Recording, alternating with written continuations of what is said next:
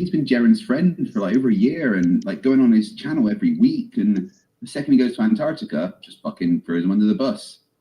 Yeah, Dave Weiss hasn't even like spoken to him since he got back, you know. And I keep hearing conflicting things. So like I listened to Jaren's stream or something in Jaren's stream, either his unplugged one or he did a Glowbusters last night, and he said that like Dave Weiss hasn't even like tried to reach out to him. So yep. But then he mentioned something about Sovereign Soul, and he said that I don't know, like I'd heard Sovereign Soul saying that Jaren had like kicked off at him and got very defensive about stuff, and yet Jaren's version of events was more just kind of like it was a sort of passing conversation and not much else. At least that's the impression that I got from it. So I don't know. Jaren said to me that he was just like Soul just called him and was just like screaming down the phone at him and just, I'm just asking questions, man. I'm just asking questions. Okay. What? So you guys ready? How you doing? Okay, and yourself?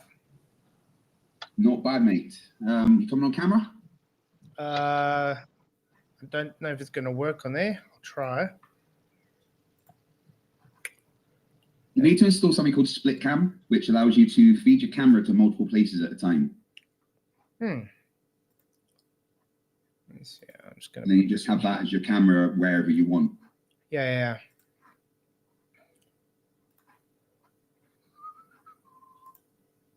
There we go. Lovely. How's South Africa at the moment?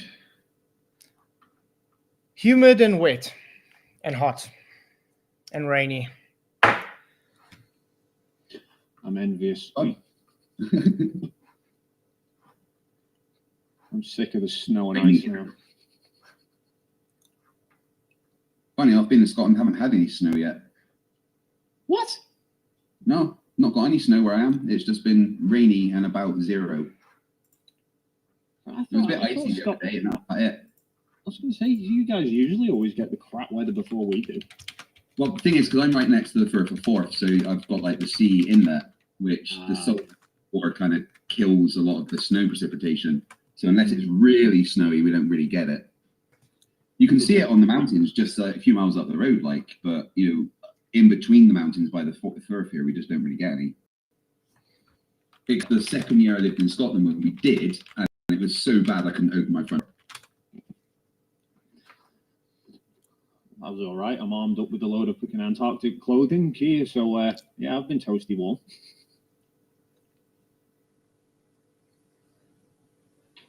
Look, I'm vaping and not pretending that I'm not. Don't do it. What's it now? Hey, Flatzoid, is right? He definitely vaped. Yep. Like I said, if he just owned up to it in the first place, no issue. But the thing is, he quadrupled down. He's got such a fragile ego that he had to lie to prove something wasn't a lie, so that people wouldn't call him a liar. Yeah.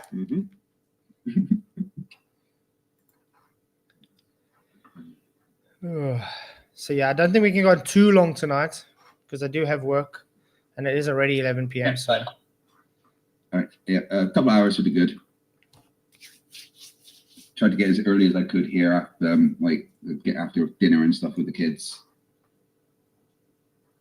Okay, let's go. Looking good.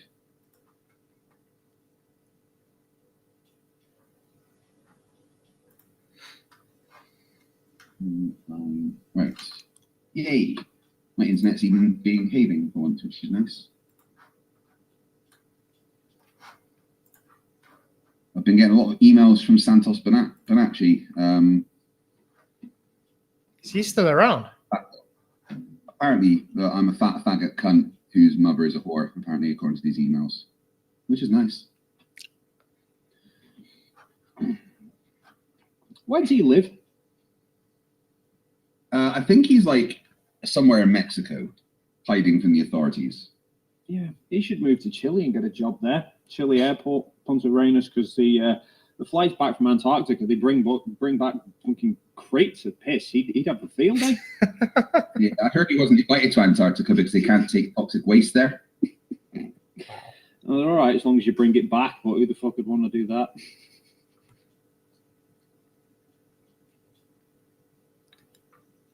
This is the best thing ever. Why have I not had a vape pen for? Oh my god. Dried herb vape. I got myself and treated it, and it fucking just gets you wasted.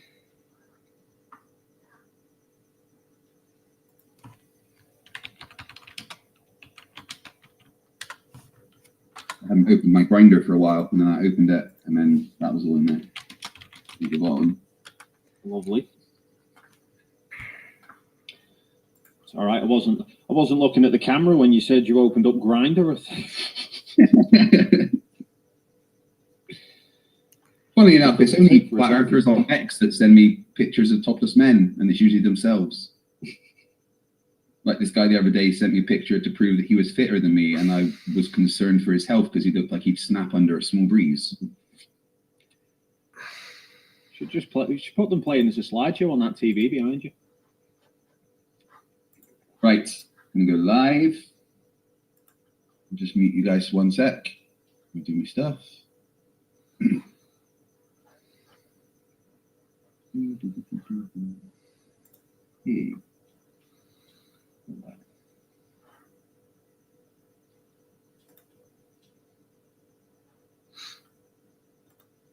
I do think that they're being duped to think they're at Antarctica. I don't think Union Glacier is really at Antarctica. I think it's at a different location, and it's placed as Antarctica.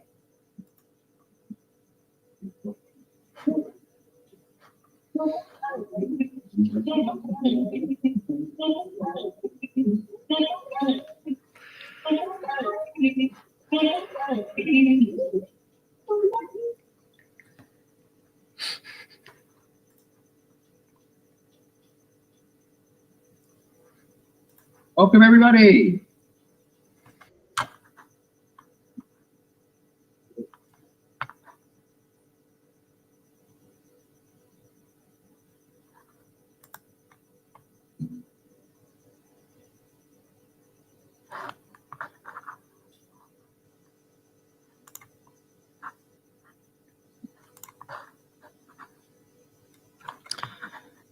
Just waiting for him, guys. I am muted on his side. No, it doesn't show Sov. Oh, it doesn't? Okay. No, it doesn't show Sov back.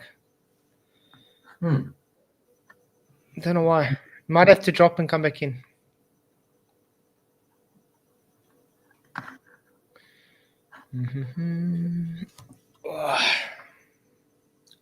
I've been talking about Grinder.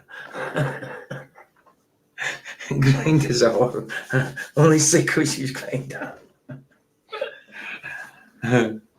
Hey, Flats, it seems like they're putting you on trial, dude. On anything you say. Don't you Yeah. worry. It's not me on trial, yeah, it's them. I'm not the one who faked it. Gotcha. You're living on a disk, floating through space Ooh. with a tiny sun. Yeah, Sov doesn't show the background. Okay.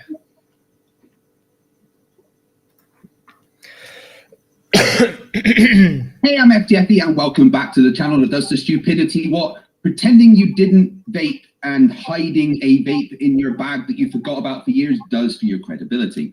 Today we're going to have a great fun debate. I'm not debating, I'm going to be sitting here moderating. Yes, that's right, I'm going to keep my trap shut for once. We are having the incredible Dave Mckeegan and Flatzoid debate about whether the sun in Antarctica was fake or not. Now, obviously, recently, the final experiment made Dave Mckeegan and a bunch of other people go to Antarctica. They forced them at gunpoint. I think that was how it went anyway. And they went to check if there was a 24-hour sun. Turns out that they definitely saw a 24-hour sun. But the question here today is, was that sun real? Were they in some kind of studio? Did Satan turn into a ball of fire? Did they stick a sun simulator on a snowmobile and drive around the horizon? Who knows? We're going to try and find out. I'm going to introduce the people talking today. On the left, we have Dave Mckeegan, who went to Antarctica and saw the sun. And we have Flatzoid, from Flatzoid's perspective, on the right. Dave, why don't you say hello? Hello, everyone. Oh, yeah, I should probably unmute you. That would be good. There we go. Now say hello. Yes, please. That's better. I don't like being silenced. Hello, everybody. Thanks for joining, Dave, and congratulations once again for what you did in Antarctica. Flatzoid, hello. Welcome back to the channel. How are you? Hello. Always good to be here. Good to see you guys. All right. Thank you very much. Right. So Dave said that he'd be happy to go first with just a 5-minute go over of his side. Is that okay with you, Flatzoid? 100%. And you can have 5 minutes, and then we just have like a 45-minute back and forth, and then we'll take questions from the audience and stuff and see how it goes. I know that you've got work tomorrow, so I try not to make it on too long, just a couple hours. So thank you very much for being here. I do appreciate it. So Dave, why don't we go over to you? 5 minutes. Explain why you say the sun that you saw in Antarctica was real. Can I pull my share screen up? Yeah, I'll just turn that on for you. There we go. Where am I at here? There we go. Okay. Excellent. So on December 14th, 2024, a group of 9 of us boarded a plane at Punta Arenas, Chile. We took off, flew south for 4 hours, landed at Union Glacier.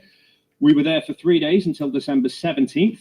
During our time there, we did several live streams, took quite a few photos, lots of photos, in fact, and several videos as well.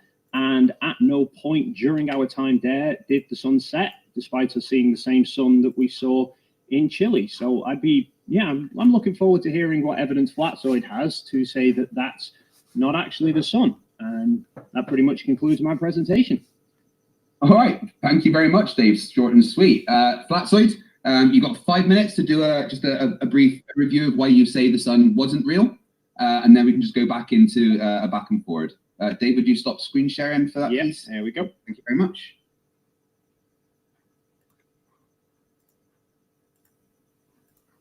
Okay. Cool. The whole reason I say it wasn't real is because I haven't seen evidence that it has been real. It's just on the basis of, trust me, bro, it's not faked. The issue we've been having a lot is, especially because this whole thing was based on deception from the get-go from Mr. Duffy himself. And unfortunately, there's a lot of red flags that people have been pushing out that have been not really addressed, other than either excuses or just say, no, you guys don't know what's going on kind of thing. I have my own idea how I think you could have faked the sun, which I will be presenting. But yes, there are some things that just don't make sense, and I don't really take as just, trust me, bro, this is a sun that we saw in Antarctica, so that means that we just see it and we had flat earthers seeing it, so therefore it happened. I have to make it clear, the people that represented the flat earth, so-called, were actual not flat earthers. They actually excommunicated flat earth at least 2 years ago. I got evidence from this as well. They are the same ones that have been called as shills for the last 6 or 7 years.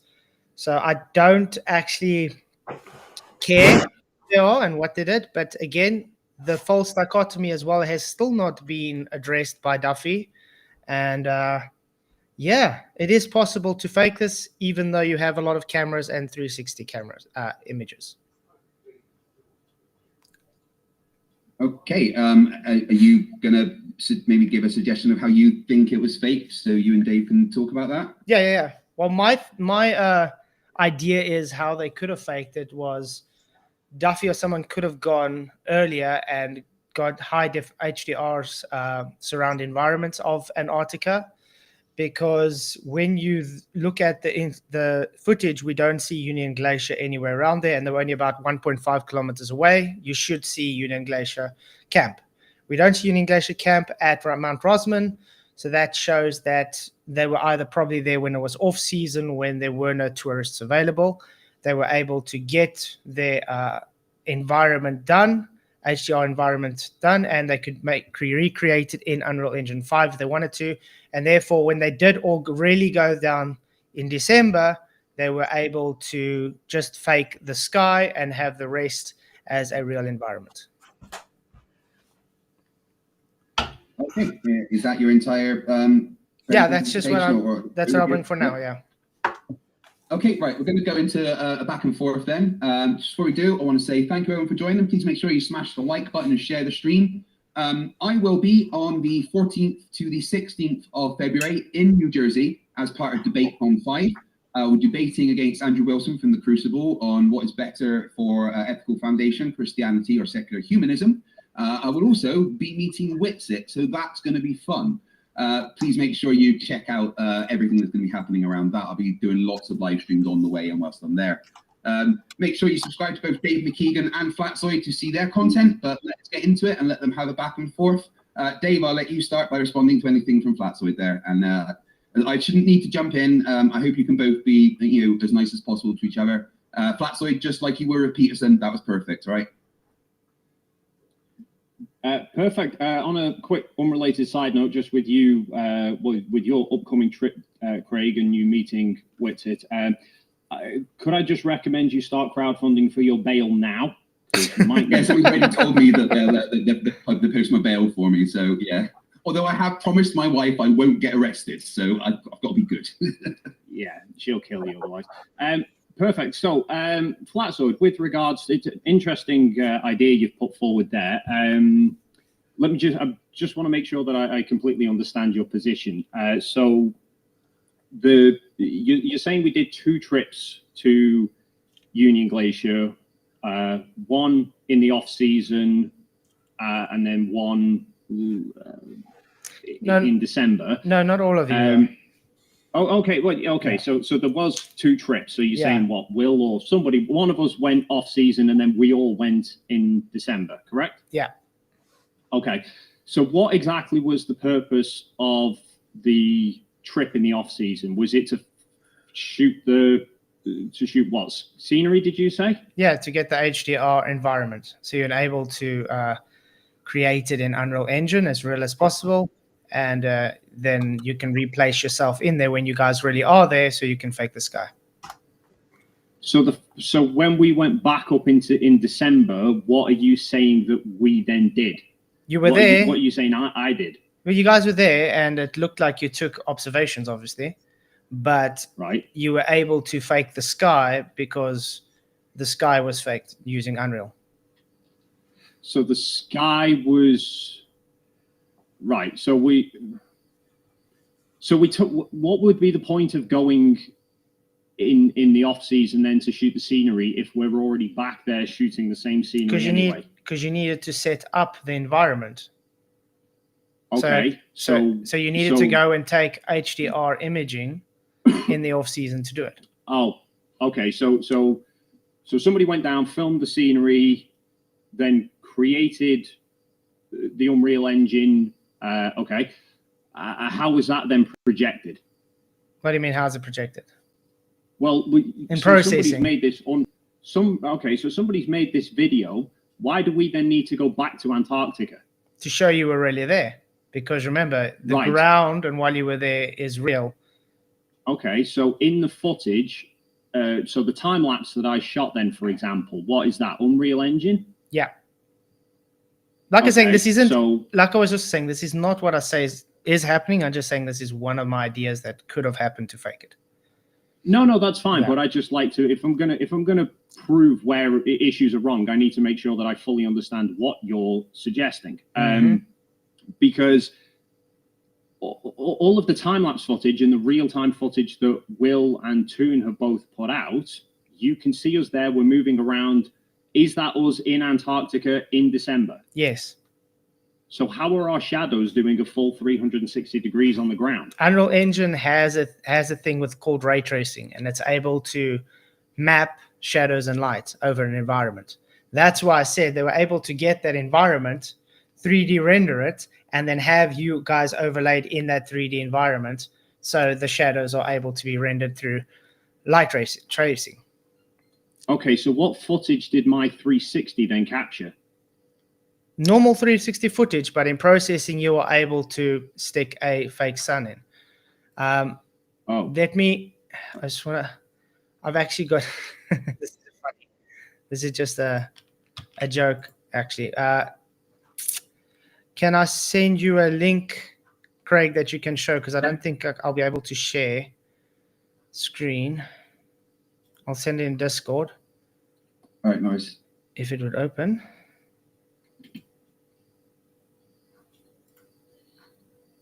Hello, everyone in the chat. Hello, Mallory. Nice to see you there. Oh, Ashton's in the chat. Ashton doesn't like getting memberships. Don't bother trying to give him one. All right, let me just put this up for everyone to see then. Quickly.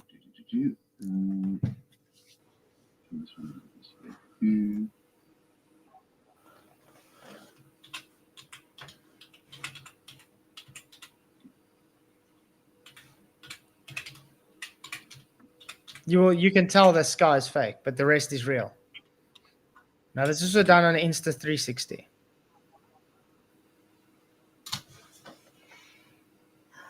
Right. So that's what you're saying that is the kind of technology that they've used in Antarctica. More or less the guidelines. In other words, I'm just pointing out it's easy to fake a sky. Oh, so we shot it on an Insta 360 and then we rendered in the sky to the footage afterwards before uploading it to YouTube. You could do that, yeah. Okay, because here's the 360 that I shot it on, and it's going to play. Here's the time lapse, playing back live. Why aren't you playing? Well, it would play back normally. There we go. There we go. So I have the original file on the Insta 360, not faked. So according to you, that should have the sun set on it. Are we going to watch the whole 12 hours, 24 hours? No, that's a 25-minute video. I can sit here for 25 minutes if you want, but I can guarantee you the sun doesn't set. Or I could pull the original file off this into Insta Studio and the sun doesn't set. Like I said, it's only an idea. I didn't say that is true, yeah. But it is possible that you guys faked it, correct? Well, no, I was there. Because you say so. Well, I'm taking your word for you that you exist. You could be AI. I'm taking your word that I was there. You had the opportunity to go. All flat earthers had the opportunity to go. Only Jaren and Austin actually took the offer up. And that's where we say they were planned to go taking this trip. No one trusted them from the beginning. So why didn't you come along to check? Why didn't any flat earther attempt to crowdfund themselves to come along as well in order to, if you say that Jaren and Austin were shills and weren't really part of it, why did you make no effort to crowdfund to come along? How many flat earthers, prominent flat earthers, put the name down for the golden ticket? Because I said it's a false dichotomy. It doesn't matter whether the sun is there or not. And it's still, again, it doesn't really matter if the sun is there or not. The whole point is there's a lot of fakery going on. And unfortunately, we can't just trust anything being put forward. If any evidence does come out, like your Insta360 you can show on the screen, that shows, okay, 24-hour sun, I can accept it. But that doesn't change whether the earth is flat or not. The thing I'm pointing out is there's a lot of deception based on this thing. And I don't just trust just because someone says, trust me, bro. No, that's fine. If there's issues that you've got, then you know I'm an open book, Flatzoid. You can ask whatever you think doesn't add up. Ask away. I'll give you the answers. I just want to see if I can get something quickly.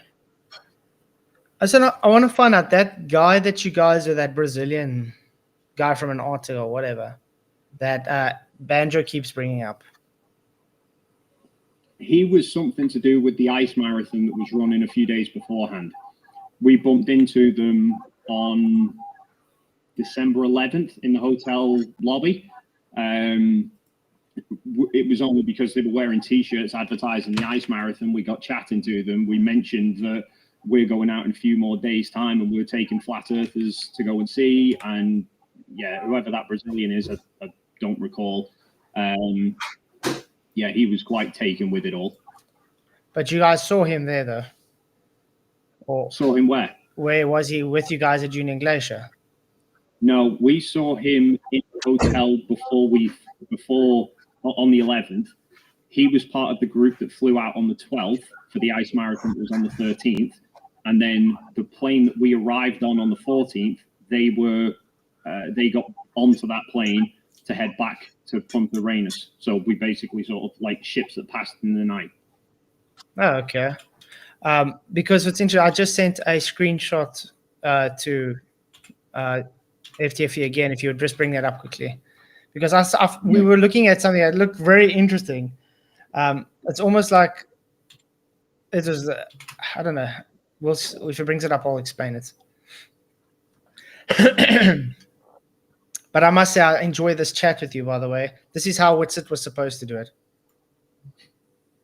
Yeah, but Yeah, well, I've had face-to-face conversations with Witsit, and he gives me a fucking headache too. So, I mean, I did say that to El Duffy that he would have been better giving 40k to the Hawk Tour coin than taking this to Antarctica. So, but yeah, that's up on the screen, Flatzoid. Yeah. Okay, the point we were making here is this is Duffy with the grey is when he's literally just come back from Antarctica, and that's McToon when he just come back from Antarctica. But if you look at the photo of them in Punta Arenas with this Brazilian guy, their hair is like very different. I mean, McToon doesn't even have gray hair. He's he even looks chubbier. You know what I mean? They look younger. So the thing is, we were looking at this like, but how is this possible that you literally 4 days go by and then you look like like you aged a year or something? How does that happen? lighting makes a very big difference to those things, and you're looking at two videos that are shot. Will and Toon are shooting in a room under control lighting versus standing in a hotel foyer shooting on a phone. And that makes you chubby as well. Very chubby. Well, that's one particular screen grab. That it could just be the way he's standing versus the way he's holding his head in the video. If I can find. No, I accept when you can say lighting and things do change. Even aperture. I mean, even your focal length is going to change how a person's facial features change. So I'd agree with that, but it looks too much of a far stretch to just see that there. Well, where are we at here? So, right. Craig, can I share my screen a second? Yep, we'll be able to. So this was the photo that we took of ourselves the day that we all arrived, or the day that four of us arrived. You know, so I mean, they don't look that dissimilar there. That was us in the hotel lobby. The same day that what you were talking about. That was one of the other ice marathon guys that they were talking to. So it was just we bumped into him in the hotel. Like I said, the day before.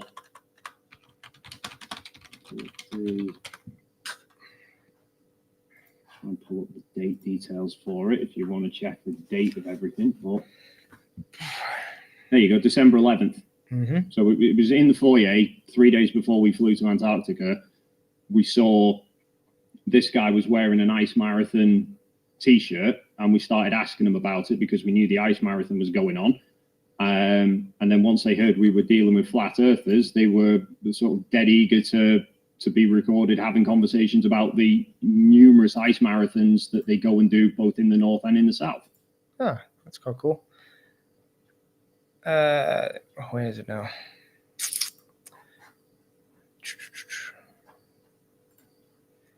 But yeah, no, I agree with you. That's quite cool. And then I just want to ask about the dates.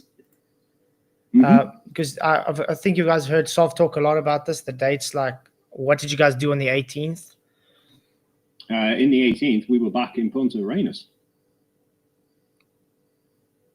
Were you guys scheduled to leave on the 18th or the 17th?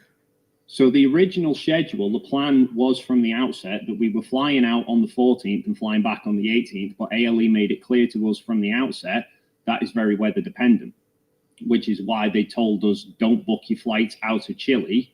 Don't arrive in Punta any closer than about 2 days before you fly, before going to Antarctica, and give it at least 2 days afterwards, because the weather's very unpredictable. So your flights may be going early, they may be going later. Yeah. We arrived on the 14th. We spent the 15th up at halfway point. We were back in the main camp some point early hours into the 16th. I woke up after my 47-hour stint of being awake, I woke up at about just before midday on the 16th. And I think it was Mark Ehrman had passed the message on to me that they'd said there's weather closing in, so that they'd made the decision that they were going to try and fly us out on the 17th. We were all quite happy with that. We'd rather be not snowed in. Yeah, it was there. It was ALE's call. Well, in fact, it was the pilot's call. They'd said whatever the forecast was, they weren't prepared to risk waiting until the 17th. So till the 18th, they were flying in on the 17th, and the evening of the 16th, throughout the whole day. I think that's the day that MC Toon's video's recording the sundial, and you can see the clouds are rolling in, the wind's picking up, the weather was turning bad.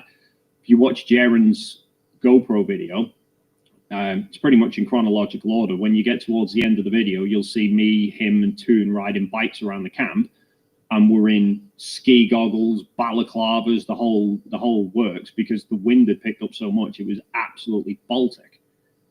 Yeah, it looked quite cold that time. That was when Whitsett still had that white jacket on, I think. What did I want to ask now? Everybody's asking about you guys' passports. I'm sure you guys will be able to show your passport stamps, obviously, because I don't know why they. That's just a passport. You can see the passport stamps, but they're not going to tell you a busting lot. I know Sovereign kept mentioning passport stamps, but what he doesn't seem to realise is Chile only, the customs controls at Chile, border controls at Chile, only stamp your passports when you enter Chilean territory or you then leave it. So I have a stamp there for the 10th when I arrived in Santiago. And then on the next page, I have a stamp on the 20th when I then left, and a stamp for Antarctica. But because Union Glacier is part of Chilean territory, they didn't stamp the passport out or back in when we flew back in. So there's no stamp saying that we left on the 14th and no stamp saying we arrived back on the 17th. Because we didn't leave Chilean territory, they didn't need to stamp our passport. Oh, so does Union Glacier still fall under Chilean territory then? Yeah. Oh, that's interesting. Antarctica split up into numerous points, and Union Glacier stays in Chile. That's why we were still on Chilean time, because it's part of Chilean territory. From Union Glacier camp, about, I don't know, a mile up the road, there's a Chilean air base. Well, let's say the Navy. There's a Chilean base there. Yeah, the Navy still landed there with a big plane there. I think the day you guys left on the 17th or something. Yeah, all the big planes land at the main ice runway, but the smaller propeller planes land at the camps. And there's a Chilean camp, only a small one, just down the road from Union Glacier. Yeah. Did you guys go and look at the plane when the Navy landed there? They bring it up here. It's quite a cool plane. So it was, well, it's the. I don't know if it's a Navy plane. It's the cargo plane that resupplies it, but they did tell us and said the planes. It was the day we did the scenic flight, so it was the 16th after we got back from halfway point. Yeah, the P3 and the plane landed. Yeah, it's a P3 Orion. No, not the P3 Orion, the Illusion. Illusion. Okay. Yeah, the big cargo plane. So I'm just going to share this up here. So, yeah, this was the Illusion parked up in Punta Arenas as we were getting out of the van to get onto the plane to fly in the first place. And then while we were over there, the plane was unloading whatever and then taking back off again. So they drove us down to the ice runway to see the plane take off. Yeah, the plane I was talking about is a different one, though. Oh no, we didn't see any P3s there, but I don't know whether they land at the. I've lost my Zoom page. I don't know whether they land at the ice runway or at the Chilean base. I think they land at the ice runway, but they only took us to see the Illusion, not the P3. Okay, that's interesting. Yeah, because Whitsett said everybody went to go and look at the Navy plane coming and the P3 Orion, but he stayed something like that. Yeah, him and Jaren didn't bother coming down for the cargo plane. Wasn't their cup of tea. Lisbeth wanted to come, missed it, so they ended up, one of the staff drove her down on a snowmobile to catch up to us, and then they drove us off further in across the glacier to some ice hills somewhere. Okay, that's quite interesting. And then my other question is, why the left boot, man? Oh, King Nico is something bloody special. It's utterly ridiculous. It's literally, I needed a boot. Well, I say I needed a boot. You know, batteries don't like the cold. So I thought, I've got all these batteries. I need to keep them somewhere warm next to the camera. The boots, when you see them, they're like padded like hell inside. They're so heavily insulated. So I thought, great, I'll put the power backs in there. The black as well, so sitting in the sun, they'll keep nice and warm. So I just grabbed a boot off the pile, put it next to my tripod, put the batteries in it. It was the right boot I picked up. I wasn't thinking about it. The left boot was still over there.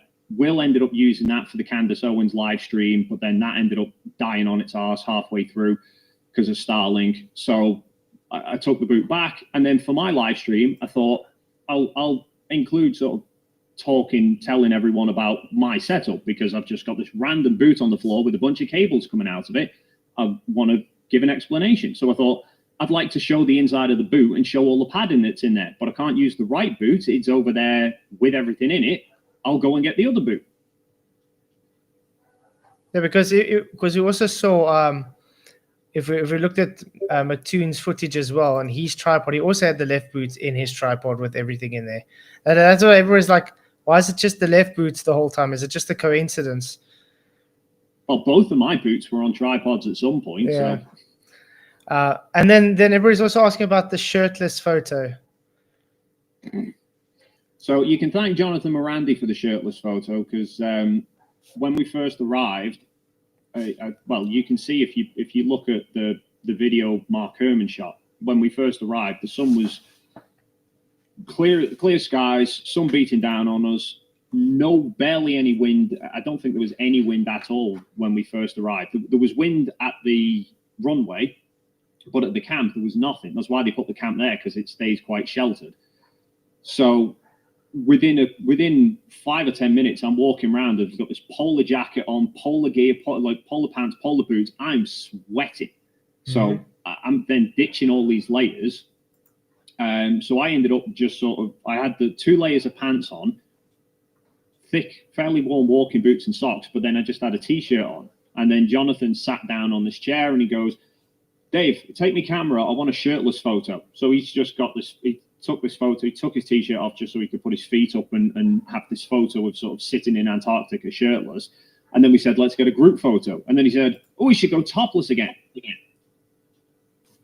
So 4 of us decides, all right, shirt was off for a matter of minutes, but when the sun's out and there's no wind, even though the actual air temperature is cold, you don't feel it because you're heating up just as fast, if not faster. So yeah, it wasn't actually in the camp at that time. You could get away with it. I didn't keep it, like I said, I didn't keep it off for long. It was just sort of shirt off, quick picture, shirt back on. Just thought it'd be funny, but. Is it a claim that that's a Freemason thing? Yeah. Everything's a bloody Freemason thing these days. The problem with that is it's based on a Mason ritual, especially the checkered, because it's shirt off, shirt on, shirt off, shirt on. And that's why everybody's saying, yeah, it's based on Freemason symbolism. The thing that gets me with like, you guys know when you go to places, especially that's hospitable and cold, you're not supposed to wear cotton shirts. And what is it that everybody was wearing cotton shirts though? How's that clever? Let's put that. How's that taking consideration that it's dangerous to be wearing a cotton shirt in that weather? I wasn't wearing cotton. I was wearing polyester. I was wearing like a gym t-shirt. The cotton side of it is McToon, I think, yeah. Yeah, so what they say about cotton is, because it says for all of the clothing equipment in the write-ups, go with polyester all the thermal layers and everything, don't wear cotton. And it's because cotton absorbs moisture. So if you sweat, your t-shirt then is going to end up holding the moisture. It's going to freeze. Mm-hmm. But that's more of an issue if you're actually going to be doing sort of strenuous activities like skiing, hiking up mountains or whatever. So Carty, the ALE rep who was in Punta Arenas, because I'd never give it a second thought, she said she literally wanted everyone's clothes, like went around every person one by one. She said, put all your gear laid out in your room so that I can go through it all, check it all, it's okay. She checked everything, she was fine. She said, where are your underpants, your boxers? So I was like, well, they're here. And she went, are they cotton? I was like, I never thought to check. I checked, I was like, yeah, they're cotton. I was like, do I need to go buy some more? And she said, you're probably fine because you're not doing anything strenuous. It's just be mindful. If you do end up doing something that you do start getting sweaty, it's probably best to change your clothes a bit more often. Not that that was an issue for us, but basically that's why they put the advisory in that, you know, most people go to Antarctica not to stand around, look at the sun for 24 hours. So we kind of, you know, Yeah, ours wasn't a typical case. Yeah, I saw those other people with you. They were like skiing and things. They were like enjoying the hiking and things. So for them, I would think it's more important, obviously. No, I agree with that. I'm just trying to think of all the different things that people are asking so we can try and see. Oh, yeah, I don't know if you guys know. Why did Whitsitt lie and say that you guys knew you could take extra luggage and they couldn't? And then when we watched Jaren's footage, I'm like, but Whitsitt, you got this big duffel bag with you with all your equipment. That's the same as what you guys are. So I don't understand. I don't know. You'd have to ask Whitsitt because this is the same person that seems to think that saying they didn't vape when they were vaping is a bright idea. We had collectively a Zoom call all together a week or two, I think, before we flew out. Will wanted everyone on a Zoom call together to look through, make sure basically everyone had the right gear.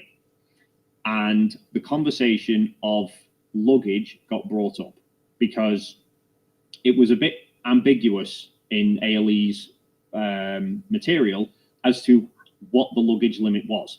Because it said no bags can be any more than 25 kilos, but you can take as many bags as you like. So I was like, well, that technically means we could take then as much as we want, as long as we put it in separate bags that no single bag is more than 25 kilos. And then Whitsitt said, no, the limit is 25 kilos total. So we didn't really know. He said it was 25 kilos total, and then you'd have to pay extra per pound, and it'd end up costing a lot of money. So there was only actually two people that took more equipment, me and Jonathan. That's not all Globers, that's one from each side. And we did it because we had all the camera gear. My mindset was, I've got more than 25 kilos luggage allowance from the UK to Chile. So I'll just pack as much as I can fit into my cases. I'll take everything to Chile. I'll find out from ALE what the deal is there. And then if I need to leave stuff behind, I'll make that decision there rather than leave it all at home and regret it later. Carty, because I asked her, I said, what's the deal with the luggage? And she said, basically, it turns out every trip has a different weight limit, depending on which trip of ALEs you're going on. Ours was supposed to be 25 kilos. In fact, I can even... No, because you guys are actually less people, so it means you could have taken more. Yeah, so that's why we weren't sure. And Carty said that she would then go and check. Where is it? I've got a message in here somewhere from Carty that basically says the luggage allowance should be 25 kilos, but they've made an exception. Oh, there we go. I don't know if you can see that there. Yeah. 25 so kilograms said, each, yeah. Yeah, so it should be, you're allowed, so it should have been 25 kilos. They extended it to 50 because of how much gear me and Jonathan had. But we didn't find out about that until we were already in Punta Arenas. We just took all the gear with the mindset of either we'll leave it behind in Chile or we'll pay extra to take it with us. But we just figured we'll take everything to Chile and we'll work out from there. So there wasn't some big conspiracy. It was me and Jonathan because we had a bunch of cameras. I just have a question. Who is Jonathan, though? Because it's the first time I heard of him when you guys would talk about him there. So Jonathan's a filmmaker. I didn't know anything about him until he was somebody that Mark Herman knows. So it was basically the I can't remember the details of it all, but basically a slot opened up, and it was a case of who takes the place, and Mark suggested to Will, I know somebody. He's a filmmaker, but he's a flat earther as well.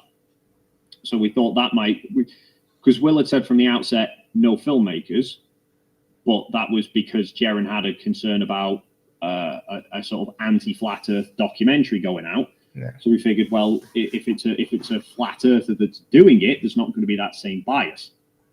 So yeah, I knew nothing about Jonathan until we had a Zoom call to introduce him to the group. Yeah, because I heard apparently he does things for Disney or something. So I was like, okay. I think I don't know. He's probably done work. Most filmmakers and photographers and that are freelance anyway, so he's probably done work for companies like that before. But yeah, Mark Herman, he was somebody that Mark Herman knew. Yeah. I didn't know anything about him until beforehand. All I know is that he was a flat earther. People have said, yeah, they've seen posts of his from like Facebook from years ago and stuff where he was actually talking about flat earth. So it's not like he's just making this shit up. So yeah, he's just awesome. Do you think he would talk to me if I get hold of him? I don't know. Well, you'd have to speak to him. I don't know how busy he is. I know he's obviously got this documentary that's that he's working on at the moment. I don't know how long any of that's going to take, but given the amount of footage that he was shooting, it's a lot of data. It's going to be, yeah. So I don't know. Best I'd reach out to him or see if Will give you details to reach out to him and see what he says. I don't know how busy he's going to be. Awesome, appreciate it, and I do appreciate you actually taking the time to actually talk like this, man. Because this is the first time I've actually had a proper conversation with someone about this, by the way. No, yeah, I think people in the chat are very confused. Yeah, this is the FTFE channel. Just think what you want. I know I'm not shouting at people and the flat earthers aren't like rape stuff. So this is the FTFE channel. It's not some kind of alternate reality. And I want to say thank you to everyone because we peaked at just over 1,900 people watching there, which is absolutely incredible. So thank you very much. Right, Flatzoid, do you have any? Sorry, what happens when Craig's not allowed to speak? Yeah, exactly. I'm trying. Right, Flatzoid, do you have any specific issues with what they captured of the sun that you can bring up with Dave? There was one place I got, I think it's still here as well, where I got a timestamp. Oh, I don't know where it is now. Probably deleted it already, but anyway, I've got a timestamp where Jaren's GoPro footage. We took it of where the sun was over Mount Rosman at a certain place, and then we took your time-lapse footage and we placed it by each other, and they looked very similar, but on Jaren's right side there seemed to be clouds that weren't on yours.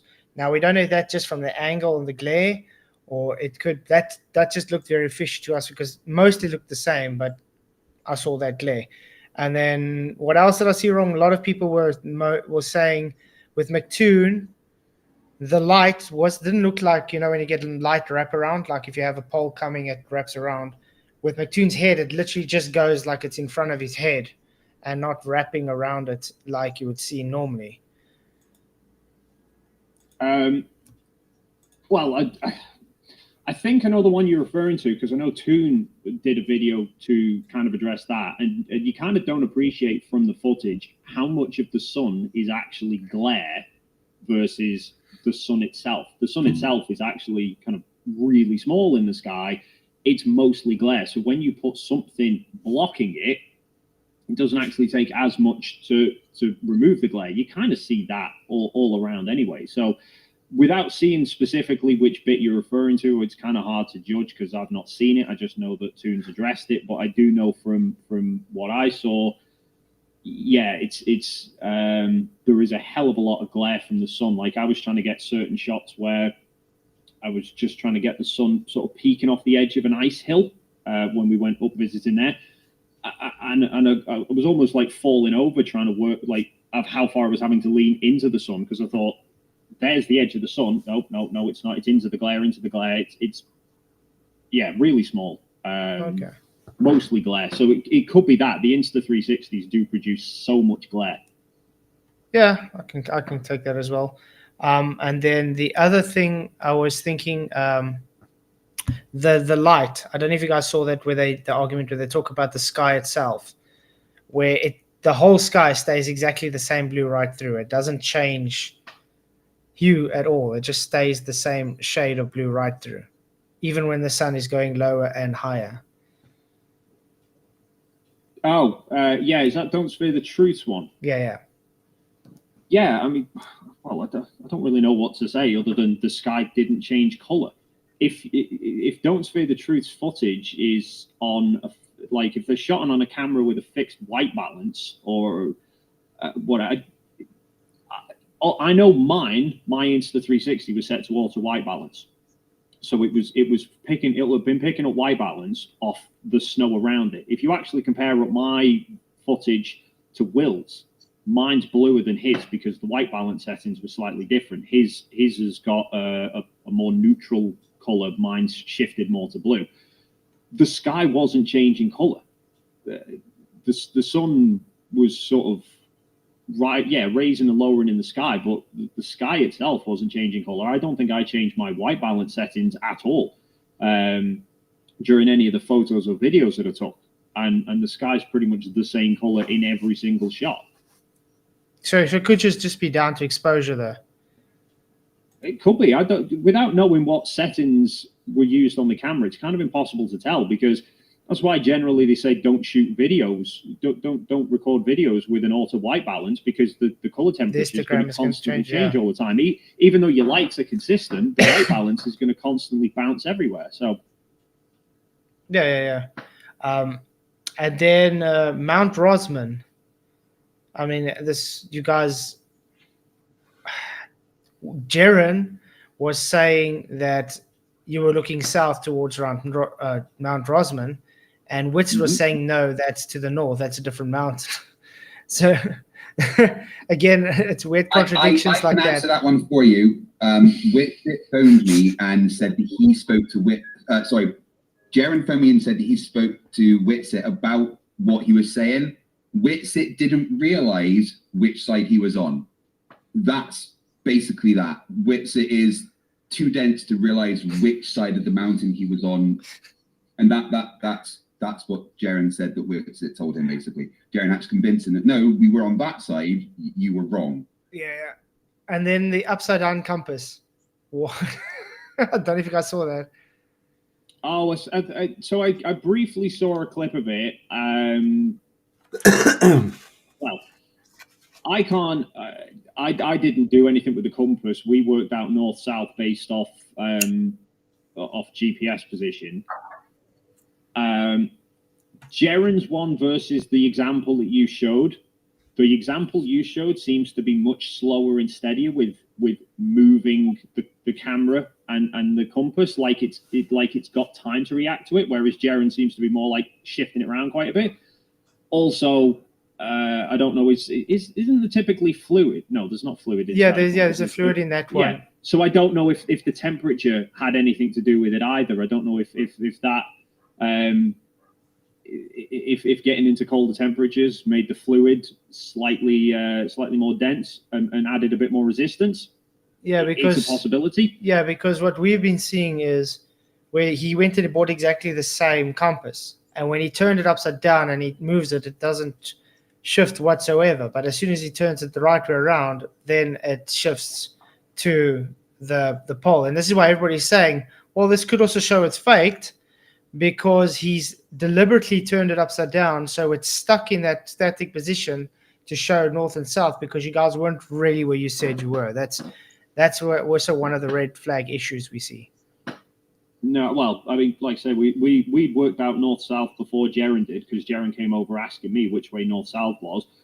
We'd already figured north-south out for, my EQ mount, but we did it using the GPS coordinates, not a compass. So, yeah, Critical Think and Toon used the GPS position to work out exactly where the longitude line was, so that I knew where to aim the EQ mount at. Yeah, because Mount Rosman is anyway south, direct south anyway, so where you guys were. So you could more or less get it that way. I'm just trying to think of all the things that people see red flags. The flags. One thing you said that side during the beginning was that you didn't understand why they couldn't see the base from where they were at the halfway point. Was that right? Yeah. I said why? Because it's only 1.5 kilometers away. Yes, but you are making the assumption that the ground between the two camps is flat, and it's not. So When we see the are you able? Yeah, that'll be interesting to show. So so the Twin Otters, the orange planes, that there's three of them at least that were in at the main camp. Because I did see at the end of McToon's 24-hour that Hilux came out of Union Glacier, but it showed it looked almost like it was coming from a hill, you could say. Yeah. So here's one of the Twin Otters that I captured from halfway point, flying into the main camp. So this is the start of the Mount Rossman sort of mountain in the background, and you don't see the plane touch down because it disappears behind the ice ridge. So the camp itself is actually in a valley. Yeah. Okay. The ground slopes down, which is why we couldn't see the camp from Union Glacier. We couldn't see Union Glacier from. I'm still stuck on screen sharing, Craig. I've lost the. Right up to now. Oh no! There we go. Right there we go. Yeah, from Union Glacier camp, we couldn't see halfway point. From halfway point, we couldn't see Union Glacier camp. But like I said, we couldn't actually see the planes land. Yeah, it's interesting. And then there's another one with the sun based on your solar sunspots. There was a video going around it actually today. I don't know if you guys saw it. I've not seen anyone address that. Who is it? I'm trying to see if I can quickly get it, and I can send you the link quickly. Where they tracked how it moved around. It's actually very interesting.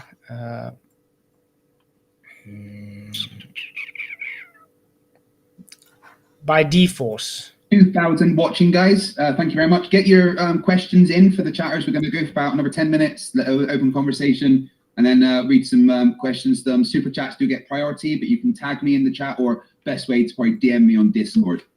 But obviously, super chats do really help the channel as well, and they do get the priorities to be read out. And remember, Flatzoid can only be here and for like another hour and 20 minutes-ish. Okay, I've put another link. I've put that video in. He explains the path of how he looks at the sunspots and how it doesn't fit what we usually get from the globe side. Because the one thing I will say is, if we had to make this debate like a debate, I would say, if you did show the 24-hour sun, it looks more to me that you're showing a local sun that is reproduced on a flat Earth. But yeah, it's quite interesting. You might want to go. You see, he's showing how the sunspots are moving over a plane based on the equatorial plane that NASA puts up, and then he compares this to the footage taken in Antarctica, and then you see it has a total different type of ecliptic path. You're gonna see now. There we go. This is what the sun's supposed to show. just like they showed in that other NASA image. This is the ecliptic path it takes.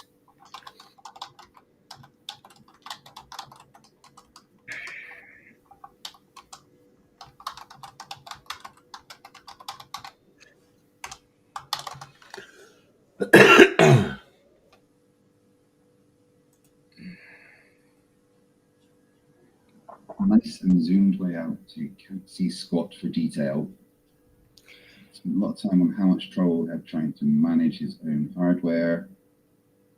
Oh yeah, never done it before. How many times have you been to Antarctica, Dave? Just the once? Yeah, you had Yeah, issues maybe with your one needs mount. to pay for me to go back again. Yeah, but you had I'm trying to issues. get go to space first. But you had issues with your mount, though. There, You say The only issue I had with the mount was trying to get the correct alignment. The mount itself was working fine. It was just that usually I align it to a celestial pole, and I couldn't see the celestial pole because it was broad daylight. Yeah, because you say every 90 minutes or something you had to readjust it to make sure it's. in or Yeah, so something. I'd got it near enough that it was, as long as it's pointing directly south, it will keep the sun. It won't drift left or right. If I've got the elevation right, it won't drift up or down. Nudging it left or right is pretty easy, but the elevation's a bit harder to accurately get. And it got to a point where I'd been going at it for that long, and I just thought I don't want to be messing around with it anymore. That's close enough. There was a slight drift to it, but it was about, I think it probably would have took about 2 hours for it to drift from center out of frame. But I ended up just thinking that's close enough. I'll keep an eye on it. Yeah.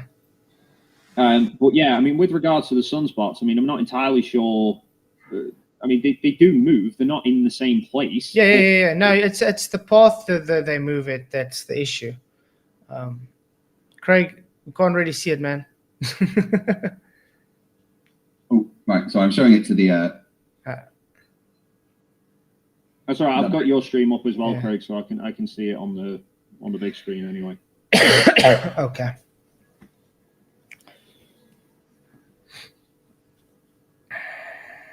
Obviously, I'm also gonna have to go through and take what the path is and look if that's really how the path's taken. Oh, it's already passed. Did you see what he was showing there, Craig? Let me go back. It's on the next video. It's I need to turn close. off autoplay. It's close to the end. It's where he's showing the ecliptic path based on his photos. Around about there. Oh, there we go. Yeah, it should be around there. See there. See how sporadic it is. It's not showing how the ecliptic path would be taken if you compare it to the NASA photos of the sunspots. Oh, fuck. But where are the NASA photos taken from would also be a big question, because Location. if they're taken from the equator, then the observer's orientation to the sun's going to be different, and how long are they taken? What period of time are they taken over as well?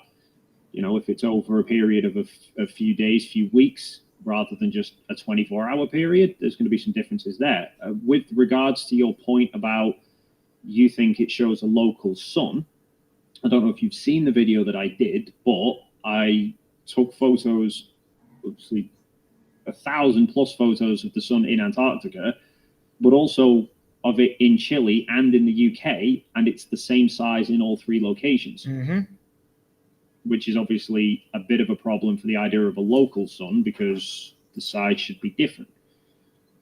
Not really. It depends what distance the local sun is, though. Well, between the UK to Chile to Antarctica, there's quite a big difference, I think. Well, let's look at parallax for a minute. Like a mountain. Let's say a mountain that's 100 kilometers away.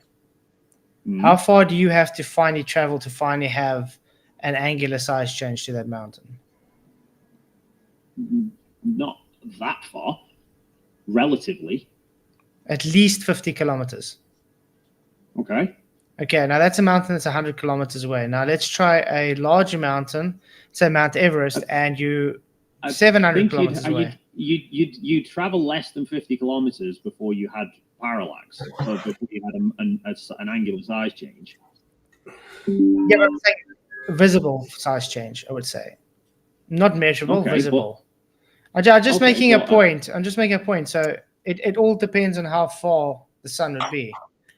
We're not able to really observe anything for a few thousand kilometers away on the ground because, yeah, we're kind of limited to the terrain. But if something's in the sky, like the sun or the moon, that's angular size, is being able to be observed, we don't really know the actual distance to that sun to be able to make a claim to say, okay, yeah, it's 93 million miles away or whatever.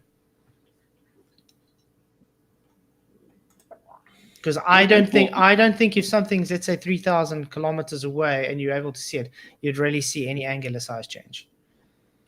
Well, let me just double check from memory because I can't remember what units I worked it out in. But the distance from,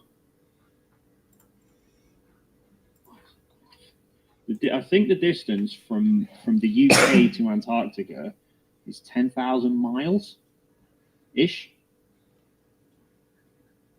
I think that's what I'd worked it out at. Yeah, about 15,000 kilometers, give or take. And like I say, there's no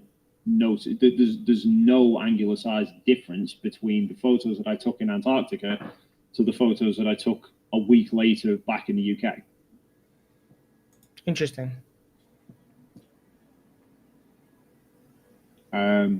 Yeah, so I mean, I don't know. Is there any other points, any other issues, anything else that you think proves that the Have you heard of the ghost steps before?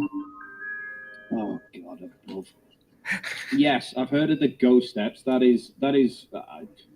I just don't think the Insta Studio app is really cut out for rendering 24 hours worth of video because all it's done is drop the audio out of sync with the video. Okay.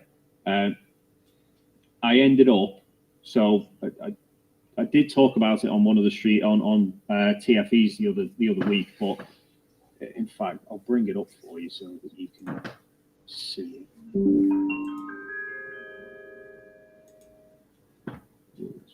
we go. 2,100 watch, guys, absolutely amazing. Thank you very much. So this is the 51 segments of footage from Will's camera. They're all in 30-minute stints. So if you play any single one of them, the audios are all in time. But for some reason, when I've rendered them all together into one big timeline, the footage drifts out of sync with each other. I ended up having to... I did the render of the full 24 hours, and then we realized that we couldn't upload 24 hours to YouTube, so I had to split it. So I took the 24-hour rendering and I split it into 3. So at that point, the audio was already out of sync, or was gradually going out of sync throughout the video. I realized the other day, part 3, for whatever reason, the last bit didn't render as a 360 video. It was just fixed looking one way. So I had to re-render it, and I've re-rendered it off the originals, and the start of the audio is in sync, and again it just drifts out throughout the video. So early on in part 3 is when MC Toon's walking around the cameras yelling at Nathan Oakley on the phone, and the audio's in sync. By the end of it, the audio's drifted back out of sync. It's just Insta360 is a shit piece of software. And they make you use it, don't they? That's the annoying thing. Yeah, it's that's why they make the Insta360 files sort of really only readable to its software, and yeah, it's utter garbage. And then the other thing that also asking the whole time is, what did you guys do on the 18th? We were back in Punta Arenas, so we just were rested. pretty much. Yeah, I mean, we didn't really have anything planned anyway. It was just they told us we needed to stay a couple of days afterwards, just in case there was delays getting back. So I can't even remember exactly what I did apart from trying to sleep. Yeah, it was pretty much just a case of trying to relax and get my body clock back into some sort of order, because after the flight from the UK to Chile, I'd already screwed my head up to begin with, and then I didn't really get much sleep in Chile because I was up early getting sunrises, out late getting sunsets. So pretty much, and then star trails. I pretty much barely got any sleep in Chile. And then for the 3 days that we were in Antarctica, I totaled 7 hours of sleep. So yeah, I was pretty much out of it by that point. Yeah. Now, I guess Whitsitt didn't have much problem sleeping because he was pissed all the time. Well, they also claimed you guys were there earlier than them. Like some conspiracy that you guys planned to be earlier than them there. That when they got there, they only had time to like literally freshen up, eat, and then stream. Again, utter shite. So, excuse me. The ALE had said, get there at least 2 days beforehand. So we were flying out on the 14th. That would be getting there... The 12th then. The 12th. And I think they actually got in on the 11th. I think they said 3 days. Get in 3 days beforehand, fly out 2 days afterwards. So the 11th was the original target date. Will had messaged me months ago, said, I'm looking at flights, because obviously he was booking my flights along with Jaron and Austin's. So he said, I'm looking at some flights for you, and I actually asked him. I said, can you give me a call, because I just want to discuss these flights with you, because I'd had a look at some of them as well. And I said, what flight are you looking at booking me on? And the one he was looking at would have got me into Chile on the 11th, but it was flying from the UK to Brazil, then to Santiago, then to Punta Arenas, and doing the same leg back as well. It would have been 30 odd hours traveling. And I said, I've had a look. British Airways do a direct flight from Heathrow to Santiago. Cuts out one full stopover, layover. Can you book me onto that instead? Because one, just less connections on the way out. I don't want to sort of reduce the chances of luggage going missing if I've got all this camera gear with me. And then flying back, with it being close to Christmas, I was like, I don't want the risk of extra delays for getting home again. Can you book me onto that? And then he said, all right, I'll have a look at it. What I'd not spotted when I first suggested it is that BA only fly out every other day. So they could either get me there on the 10th or they'd get me there on the 13th. So he said, and then I said, oh, well, never mind, don't worry about it. And then he said, actually, no, I'll book you in for the 10th, it's fine. And then so he then said, he'll go out on the 10th as well, so that I'm not just stuck in Chile by myself. And then MC Toon and Critical Link were booking their own flights. So they ended up just booking theirs to match up with Will's. And Jonathan flew out the same day as well. So when I arrived, Jonathan, Will, and MC Toon were already there. Then Critical Think turned up a few hours after me. Jaron, Austin, Lisbeth turned up the day after. Mark Herman didn't turn up until the day after that. He took the other British Airways flight 2 days later. So actually, in terms of this globe flat Earth conspiracy, it was two Globers and a flat Earther turned up first. Then Glober, flat Earther, flat Earther, flat Earther, Glober. So it was actually pretty staggered. There was no massive conspiracy. It was just Will, I think, had booked Jaron and Austin's flights on the original plan of getting there on the 11th. And then I threw a spanner in the works by being awkward and saying, could you book me onto a different flight because I want one less stopover? Yeah. Yeah, that's what I said. It's just a lot of things that they say that don't line up. And now you guys know why we don't trust Jaron. A lot of that, though. Whitsitt said stuff, and Flat Earthers don't trust Whitsitt, Glovers don't trust Whitsitt, and there's a good reason for that. There's a cue as to when Whitsitt is telling a lie, his lips are moving. And that's what I'm saying. That's why I'm asking these specific questions, because there's a lot of things they say that just don't add up. And that's why we say we don't trust them. Well, I mean, I get it. I kind of work on the theory that I know you guys were all going to be skeptical of everything anyway. Then you're taking information from Whitsitt, who seemingly cannot even remember half of what actually happened. He has his own twisted versions of events that is then going to feed into it. So I'm just like, I'm not here to argue. I'll just ask whatever questions you've got. I'll give you the answers. Yeah. Right. Is there any other specific points you want to bring up, Flatzoid, or do you think we should move over to some Q&A from the audience? There was one other. I'm just trying to think what it was. I just forgot. It's fine. You can go to Q&A. If I do get it up, I'll ask you. Yeah, no worries. I would just say, side note, because I was looking at one of your streams before Flatzoid, I can't remember which one. You brought up a video rendering that someone had done about the argument of parallax, and there should have been parallax, and there was. Oh yeah, you think with Rory, with parallax with Rory? Yeah, we're saying you should see parallax, and we don't see parallax. Yeah, I would say rewatch that rendering very carefully, because that is a very deceptive, lying render. The perspective from above, what it's showing, is different to what it does in first person. They move the cameras around. Okay, I'll check. All right, thanks very much, guys. That's actually been very respectful. Obviously, everyone in the chat is very confused. They're not sure what's going on. Some kind of Hadron Collider accident has obviously changed reality or something, because I'm not screaming at people. Flatzoid's asking what seems to be sensible questions. It's been quite strange, actually. One quick question for you, Flatzoid, from me is, if the opportunity came up to go again, would you do it now to check? I don't know. I think it will be based later on.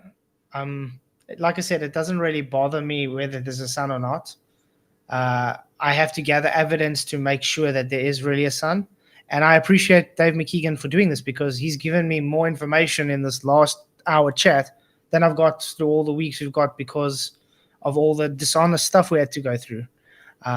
So yeah, thank you. That's all I can really say about it. My pleasure. As well. Icy Spin 199 says, I vote Yo when you discuss Vapegate, turn over all rocks. Yeah, the whole Witsit vaping thing is stupid, and Flatzoid was completely right that he did vape. Dave has proven that with his things, and I mean, I've given my opinion on why I think he did it. Well, Dave, why do you think he did it? I don't know. There just seemed to be. I'm not convinced that he genuinely walked out of that hut with a vape in hand, thinking, I'm going to go and fake my breath. I don't think he actually did that. I think he regularly was just sort of popping on the vape. I think a few times throughout the video, I just saw him occasionally sort of having little goes on the vape. So I don't know if it was just partly his ego thinking he's had so many people badgering him about where's his breath, that when he then got back on camera and the last bit of vape came out, because he definitely threw most of it out before he got back on camera. Yeah. And then there was just a tiny little bit as well. So I don't know if he's just seen a bit and then thought, like, oh yeah, there's some vape, not actually bothering to think, there's some breath, not actually bothering to think it wasn't his breath, it was vape. But why he then carried on doubling down on it afterwards is beyond me. Well, you see, I have a different take on it, because if you look at it, you can see he had to make an excuse to go fetch his gloves to pick up the snow. And that's when he went in to get his vape. His first argument was, no, I went to drink water. That's why you could see my breath. It wasn't a vape. Then when I confronted him about it, then it was, no, he found a vape. He didn't vape. He used to vape and he decided to vape. But he guarantees me he didn't vape on the way to the computer and fake his breath, blah, blah, blah. But if you see him go to the computer, you can see it's someone that literally, he didn't talk when he just took the black screen away. He literally just exhaled his breath, like he was holding his breath to exhale. And that's why, to me, it looks like he did it on purpose, because he got frustrated. It's hard to tell on the time-lapse one, but when you rewatch the live, the real-time one from Will, you do see, like, I mean, he takes he blows one load of smoke out on the walk over. So he's obviously, like, why would he be bothering vaping there? But then as he's getting back to the camera, you see a huge cloud come out before he gets back onto camera. And then when he gets back on camera, it's just a little bit that comes out. So I think his argument, like his stance seemed to be, firstly, he was taking issue with you about the claim that he was kneeling down beforehand, which that was afterwards. But it just seemed to be, that bit was a lie. So that bit was a lie, but what about the rest of it? And then it seems to be he gets very picky on wording. So it's almost like, because you were saying he intentionally vaped before going back on, he was saying he didn't intentionally vape. He wouldn't Yep. say he vaped before he went back on camera and that it was an accident. So I don't know. It just seemed to be very much Yeah, it's odd. semantics, that whole thing. I just think everybody would agree with. I just think everybody would agree with me though. Or he could hide vaping from, let's face it, his wife, whilst there were several 24-hour cameras recording him that would be posted online. Look, right, if you want to vape, then your wife's got no right to tell you not to. But if you're going to vape, tell her about it, because you can't base a marriage on lies like that, with it. Yeah, but that's what I was saying. All he had to do was, I think everybody agree, just admit, okay, guys, I was under pressure. I tried to, I was sick of everybody banging on about it, so I did this, and I'm sorry. But he didn't do that. Instead, he did what dishonest people did and just carried on doubling down. But I remember what I wanted to ask now. Why didn't they retry after the failed 24-hour stream? Why didn't they retry do it? Do you know why? So the stream packed in the early hours of the morning. And I think it had been, I don't know if there was multiple issues that had been bouncing back and forth. And then Mark Herman didn't have the facility authority or whatever to restart a stream. It had to come from somebody else back in the UK. But I think by that point, it was the early hours on Sunday morning. So he couldn't, they just, for whatever reason, couldn't get it up until way later. And I think by that point, they kind of figured there's no point, given the fact that flat earthers will just say there was several hours of gap between and the sun probably set there, because they often bring up, before we went, there's no live streams of the 24-hour sun going all the way around. There's always a cut. So I think by that point, it was just a case of it's wasted. And they were using Will's phone. I don't think he was too pleased about having to give up his phone to do the live stream in the first place, which came about because Mark Herman had took a 360 to do a live stream, not realizing you need a cell connection to live stream with a 360. Okay. But obviously we couldn't get a cell connection there because there's no towers. So Will ended up having to use his phone for it. So I think by the time it then packed in, they just went, it's not going to achieve anything anyway, and I'd like my phone back.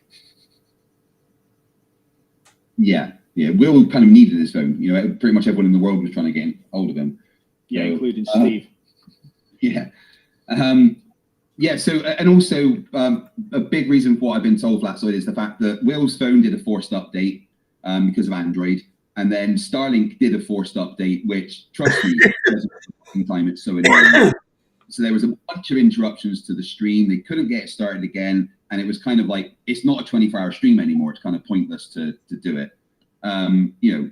It sucks. Although the stream did actually record the sun going behind kind of over Mount Rossman, which is south anyway, which is, if the sun was going to set in Antarctica, is where it would have been. So really, even though the stream didn't run for 24 hours, it picked the most important part of it up.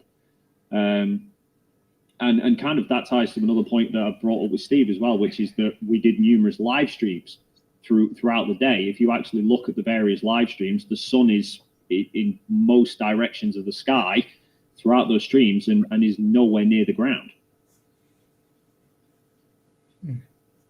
Okay. So what's the bottom of the line? Says, So what's the bottom of the Sorry, line? What's the bottom of the line? Duffy, get an iPhone, man. Ew, gross. It's Rubik's $2 says, contractually obligated donation from NASA. Thank you. Pat Booth became a member. J-Bone 279 Canadian says, Flatzoid is 24-hour sun, Antarctica, perfect on a globe. Does it match the globe predictions? Yeah, it's never been that it doesn't match the globe predictions, but it doesn't. It doesn't match the globe predictions. But it doesn't debunk the flat Earth either. So that's why it's false dichotomy. It debunks the AE map, though, right? Yeah, the AE map's just a map. Yeah, cool. CJ Lamricks gifted 5 fuck you Ashtons, because for some reason Ashton, even though he's able to get memberships, YouTube hates him, and everyone that gives him membership misses Ashton. CJ Lamricks says, Dave, make Flats cry for us. I don't. This was a strange stream. There was no shouting. Oh my goodness me! I've just noticed that there's 2,250 people watching. You guys rock. Jay says, Tiger. Anthony Wilson, £1 with their super chat popping cherry. Thank you. Jay says Tiger $5 says Flat Earth is like Scientology. Someone escapes the cult and they are all of a sudden excommunicated. Yeah, Flatzoid, you said that the Flat Earthers that went there had been No, excommunicated. they excommunicated Right. all flat earthers about 2 years ago. They did. Yes, that's why they call true earthers. If you haven't realized, they've been labeling them. Whitsitt and Jaren. That's why they've been labeling themselves as true earthers. They excommunicated, and they Whitsitt even came personally onto my stream about a year and a half ago, and excommunicated us all. Yes, I know. I did cover that one because I thought that was stupid. I thought that came from Oakley. I remember Oakley saying that. But yeah, it's a stupid. And frankly, that shows that there is cult mentality within the flat Earth because that's the only thing you can get No, from. the true earthers are not flat earthers. There's the difference. I mean, they'll think the Earth is flat, but that's a different argument. Vincent Rube, €2 says the Earth is flat. Trust me, bro. And Alejo Vallejo for 50 MX says, I'd love to see Dave in the debate. I would say you should try bringing a worthier opponent, but let's be real. No flat earther is close to an opponent. So do you understand some of these are going to be insulting towards you, don't you? It's just how it is. Yeah, because I've got used to the bigotry from the Globe side. So, hey, come on. I think you can admit there's plenty of it on both sides. Like today, I've had about 27 emails from Santos Bonacci saying he was going to kill me and that my mother is a cunt. Wow. Yeah. I mean, to be fair, Flatzoid, I noticed in the chat build up to your own stream, somebody said that I'd be what did they word it? Somebody you wouldn't want to invite to a party, which I thought was rather nice. Dave was pretty good when he came to my house. Didn't smell too bad, I guess. I scrubbed up special. Yeah. B-Day Short 499 says, this is my first time seeing Dave debate. Will be super fun to watch while I build my Lego Apollo rover. You fucking nerd. Thank you for your first super chat. Popping your cherry. Brenda Crates, member for 21 months, says, ask Flatzoid what the sun is. Flatzoid, what is the sun? I have no idea, and I don't make a claim to know. Any guesses? It's a light in the sky, as the Bible says. Okay. I'd like you to read a scientific study from the 60s. I'm going to send that to you. It's an interesting one. CT Larix gifted 5 fuck you Ashtons. Mr. Toppies for £2 says, FTFE, make sure you punch Whitsitt for us. I have promised my wife and James that I will not punch Whitsitt. Didn't say kick though, did you? We got one leg. You want some to just tell him Flatzoid says hello. Yeah. My plan is to I don't want to cause an issue. Obviously, James puts a lot of effort into doing these, and I don't want him to get banned from hotels or anything. I do plan to confront Whitsitt and ask him about the lies he tells and the things he says about the globe and record it. If he says, go away, leave me alone, I will respect that, but only because James has asked me to. But I do intend to confront him. He said recently, or he said yesterday day before in Jaren's chat, oh, no one would talk to me like they do online to my face. Not even Toon did. Well, Whitsitt, you're going to meet me in 30 days. I certainly will. Dihydrogen monoxide for £2 says, if Craig was in Antarctica, it would have been Weedgate. Nah, I wasn't the one that smoked weed down there. Good boy, Jaren. JSS Tiger $5 Flatzoid. Why did Jaren and Whitsitt agree to the fakery? Because I've called this out ages ago. Jaren's going to use TFE as his out, which he clearly did. Whitsitt just got dragged into this thing, and now he's stuck in a dishonest loop. Do you think Whitsitt regrets going? Yes, because it's totally taken any validity he has away. I mean, a lot of his subscribers that used to subscribe to him wants nothing to do with him anymore because of his dishonesty. I agree. Dave, what do you think? Do you think Whitsitt regrets going? Yeah, I suspect so. Well, yeah, I certainly would. Let's face it, he's gone down there. He's been exposed to his wife as vaping when he promised he doesn't. He's been caught lying to everybody. It was clear that he did bugger all when he was there and was just kind of wandering around getting drunk and talking to people on Discord. He was pointless being there. To be fair, he wasn't drinking in Antarctica. It was in Chile at the meals he was mainly drinking, I think. I don't think they actually had any alcohol there in Antarctica. I mean, there was a lot of yellow snow, so you don't know. for me, if I was about to spend a couple of days in the worst desert in the world, I probably wouldn't have alcohol before. But that's just me. Mouth Beaver $5 says, so Flatzoid's argument is it's fake because I need it to be? No. Flatzoid? No, remember, the sun being there 24 hours doesn't change whether it's flat or not. I'm just simply seeing the red flags and why I think it's faked. But like I said, I appreciate tonight because I can review it now with a bit more of, how can I say it, more of intent of saying, okay, yeah, it does seem more plausible. You understand? That's what honest people do. Watching, amazing. Has anything Dave said to you today got rid of any of those red flags? Yeah, they've got me. It's given me some more questions though, but a lot of the things have enlightened me to some things. So I do appreciate it. Is there anything that you'd like to ask Dave as a clarification? No, that's fine. We'll get there. Dora Naku, €2 says, everything is fake because it has to be. That's the flat earther mantra, yes. CJ Lamrick's gifted 5 more fuck you Ashtons. Thank you. That's 30 memberships and not one of them to Ashton. Mr. Toffees for £5 says, I made a point of sending Dave a super chat about Liverpool FC about being shit just to make sure it was live, and his reply was spot on. Did I tell him to fuck off? Probably, yeah. I think I remember watching that. Oh, and of course the page crashes. Do you guys ever get this when you're streaming, that the live streaming page, the tab just crashes randomly? I've only streamed once. And that was from Antarctica, yeah. Oh my goodness, guys, thank you for all the super chats. Yes, I will be doing an after show because you smashed the target, you amazing people. Okay, read that one. Design Song 1 for $5 says, disprove my hypothetical faking. Ha, it was a decoy. So now you admit faking it is possible. He thinks that your arguments are lame, Flatzoid. What do you say? Well, I don't care what he thinks, to be honest.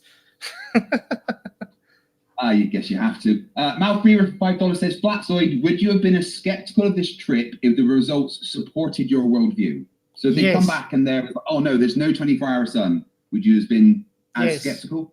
Yes, because again, it's not about the sun, it's about the red flags you've been seeing with all the deception and stuff. Do you think you'd be looking as hard for the red flags if it came back and showed something the flat earth confirmed? Yes. I look at this way from anybody, by the way, on any side. Anybody that knows me, I don't give a shit if you're a flat earther, a globe earther, a concave earther. I look as much as I can. I'm skeptic about everything. Well, guys, got your own opinions about that? Have a chat in the comments. Beanie Beeman for $2 says, by Flatzoid's logic, any evidence can be refuted. Yes. If the evidence isn't sustainable, it's refutable. Yeah, I mean, that's true, but refuting it is different. Valentin Damnio for £4.99 says, Dave, how do you feel debating the very same person who mimicked your presentation? Yeah, I liked his presentation. I'm a little confused, Flats. I think it was when you had that little toy sheep and you tried mimicking. You did a video that was you sat with a little toy sheep in place of Rusty, and you. Yeah. I'm glad you liked it. I didn't have my own dog, so I couldn't do that. Hello to Veritas in the chat. Again, absolutely incredible creator, guys. If you haven't seen his 8-hour documentary about Flat Earth, I highly advise you to watch it. Plus, his 4-hour documentary about Billy Mitchell was also a bloody good watch. The great Shamalama Ding Dong, member for 10 months, says, Unreal Engine, I just can't, and I think they then died. Do you really think that Unreal Engine could do that with like the 24-hour videos that they've got, Flats? Yeah, just takes people a long time to edit it and process. I think the issue, or an issue I would raise with the Unreal Engine idea of Flats, is that might work hypothetically for footage that we published afterwards, but that wouldn't work for the live streams that we did while we were there. And the first time lapse that I published before we left Antarctica.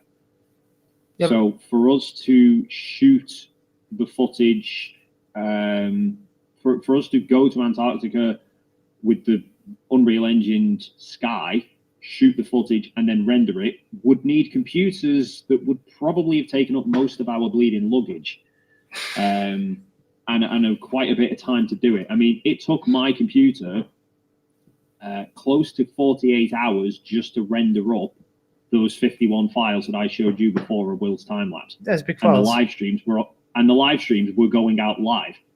So obviously that would have had to have been real time, Unreal rendering. Look, with the live streams, we couldn't see the sun all the time for 24 hours because I mean you're only doing a live stream for let's say half an hour to an hour, so you can't really say a live stream's going to show it going down or whatever. But No, yeah, but you that's do what I make was it. saying Yeah, about the live streams is that the live streams, if you look at them, Will did his midnight live stream. The sun was to the right of Mount Rossman. Toon did one at solar midnight. The sun was more towards the left of it. I know when the drone video went out, the sun was more off to the north. When I did my live stream, it was off to the west.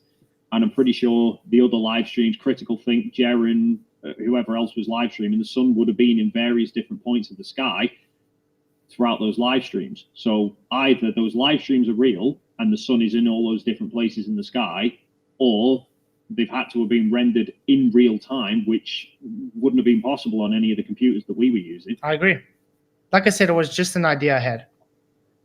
No, I know. That's why I'm just, rather than, I think rather than sitting in collectively in talking to other flat earthers, throwing out all these ideas of people who are just going to kind of go along with them, I'll give you whatever information you need. Thank you. That's why I said I was happy we could have this discussion because it is definitely clearing up a lot of things that people are asking. So.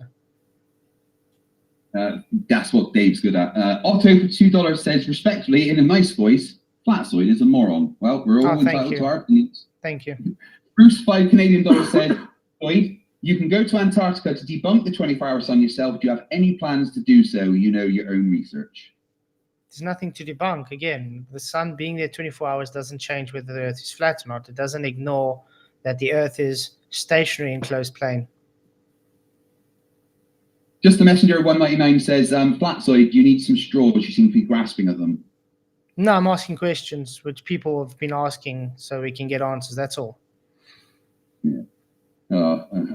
Artful Dodger, $5. Cat's managed to construct a pretty compelling Flurf model in one of his new videos. It does make you think, Craig. Cat's that blooming shill. We know he's been a plant by the Flat Earth all along. All right. Cat's is actually Flat's brother. You never knew that. I mean, look at them. They're exactly the same. DJ Motus for €2 says, for Flatzoid, is Mr. Mute button also part of the hoax? I think he means Oakley. No, I don't think Oakley had anything to do with the TFE. This isn't in the chat, but a lot of people have been asking me, have you any idea why Nathan Oakley seems to have aged 14 years in the past 6 months? Age, maybe, I don't know. Could be a lot of things. I Maybe mean, nutrition. Maybe it's nutrition. I don't know. I mean, there's something wrong with the guy. Oh my God. It's like I de-aged myself by getting healthy, and it's like what I lost has gone to him. CJ Lamricks for $6.66. Hail Sagan. Hey, Flats, where do you think they really went? To Antarctica. So you don't hold the position anymore that you think that they were duped into going somewhere else? No, that's what I said. Some places it seems that they could have gone somewhere else, but they definitely did go to Antarctica to do what they did. Greg Kotzman for 8 months says the Flat Earth debunking team is strong as fuck. Yeah, we're doing quite well at the moment. So it's fun. Second best Bob for £2 says, Flatzoid, why am I blocked on your channel? Second best Bob, probably trolled. I don't know. Well, there you go, Bob. Greg Kotz, $2.99. Flatzoid, how can you deny a South Celestial pole? Are you playing dumb?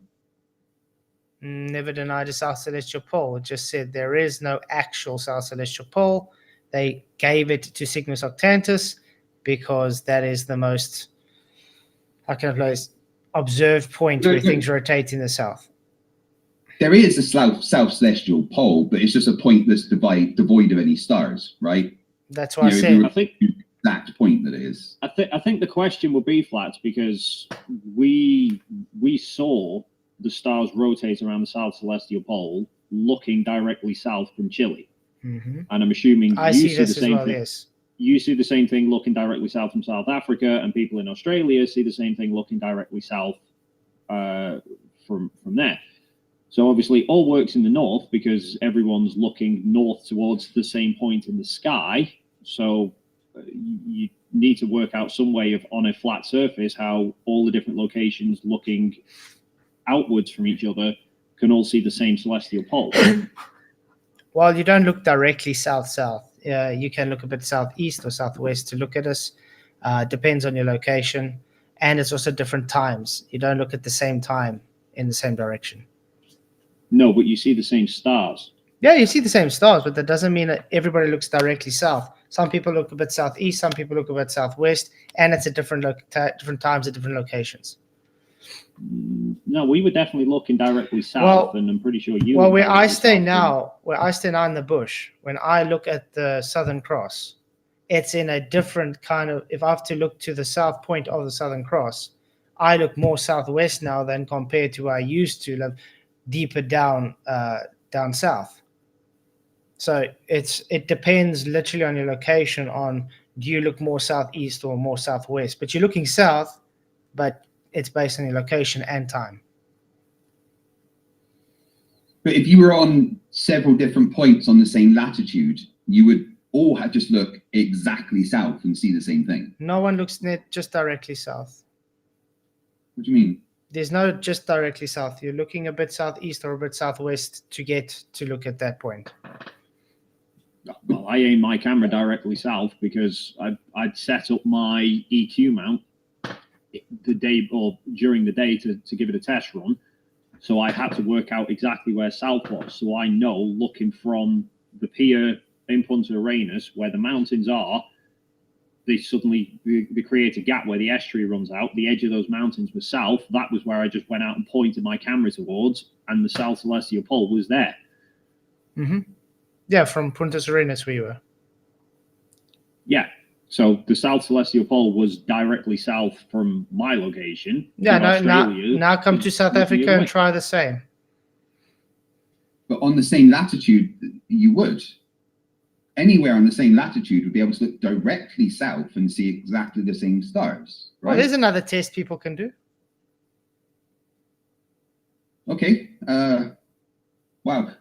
K. Gundy Furnace for £2 says, apricity, feeling the sun's warmth when it's cold. Yeah, that's why Jaren could burn paper with the magnifying glass, because the sun was still doing what the sun does. Aaron799 says, Flatzoid, you're South African, so how do you explain the Southern Celestial Pole?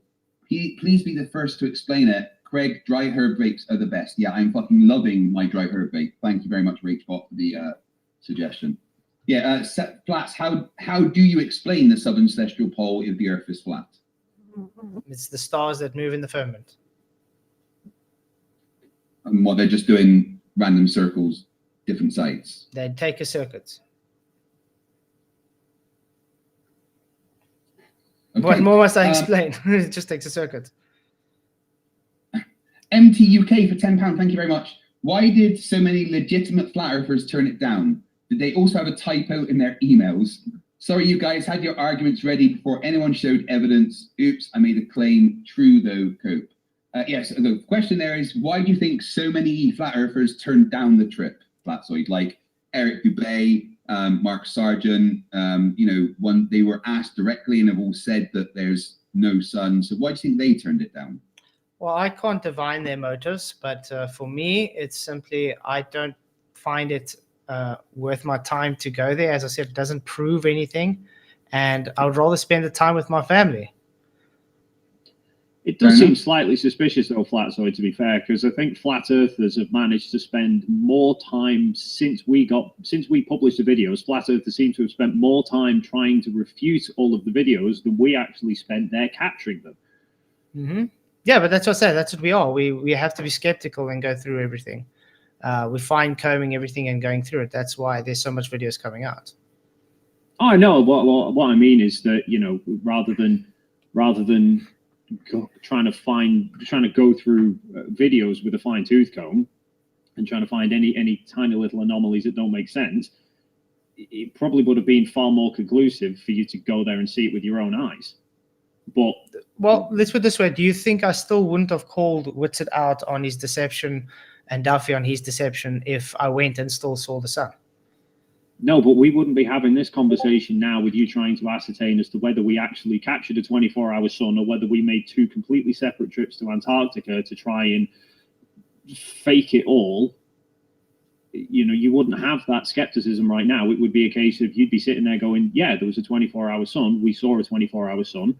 Now we need to work out how to explain that on flat Earth. Because at the moment, I'm seeing very few flat Earthers who are actually going with the approach of, okay, let's work out how it works on a flat Earth. They all seem to be prioritizing, let's find out how they faked it because it must be faked. Yeah, but that's the thing. I think when it boils down to finding, okay, if it does really come out that everybody has settled down and say, okay, we accept now you guys brought the 24-hour sun, that's when everybody will think, okay, let's work on it now. But for now, the thing is, look at this, what's going on, look at this not going on, it's not making sense, and all the deception is not making sense. So why do we have to trust anything coming from it because of the deception? So once that does eventually go over, and if someone does say, okay, yeah, I see it's the 24-hour sun, then it will go on to let's do something about it. But you also have to understand, nobody all has the same how can I say, talent to be able to create a model for something to explain. We're not all inclined to be able to create a model for something. So it's difficult as well. You need someone with specific I'm not skills. suggesting that you do, but I mean, you know, collectively amongst flat earthers, everyone's got their own, you know, I mean, you're bringing up videos from flat earthers who are producing 3D animation renders of things. So, you know, those people have the ability of creating renders. Some of you have the imagination to be able to say, what about this? What about that? All I'm saying is, like, I know you can't speak for the whole of the flat earth community, but I'm curious about you personally, because obviously you now seem to be heavily going down the, I think it's faked, even though you weren't there to see it.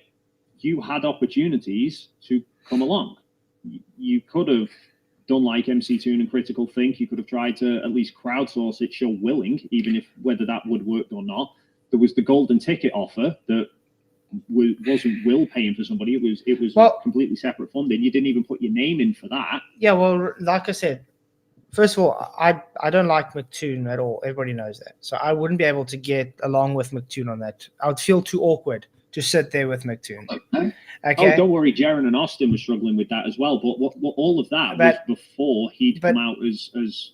Yeah. But like I was saying, so I'm talking about my experience. So I wouldn't anyway want to give up my holiday that's already been paid for with my family and planned a year in advance to go. Okay, well, no, that's fair enough. I didn't know that you'd had a holiday booked. Yeah, and a year in advance to go and do this. So, and it's also because, like I said, it doesn't matter to me if there's a 24-hour sun or not. It's not going to change whether the Earth is flat. So it would just literally be me being in an awkward position with someone I don't really like at all to freeze my tits off and miss my family for no reason. So, and I would have to take off work on the busiest time of the year before I have to go there, which is a bit impossible in my line. So it makes it difficult.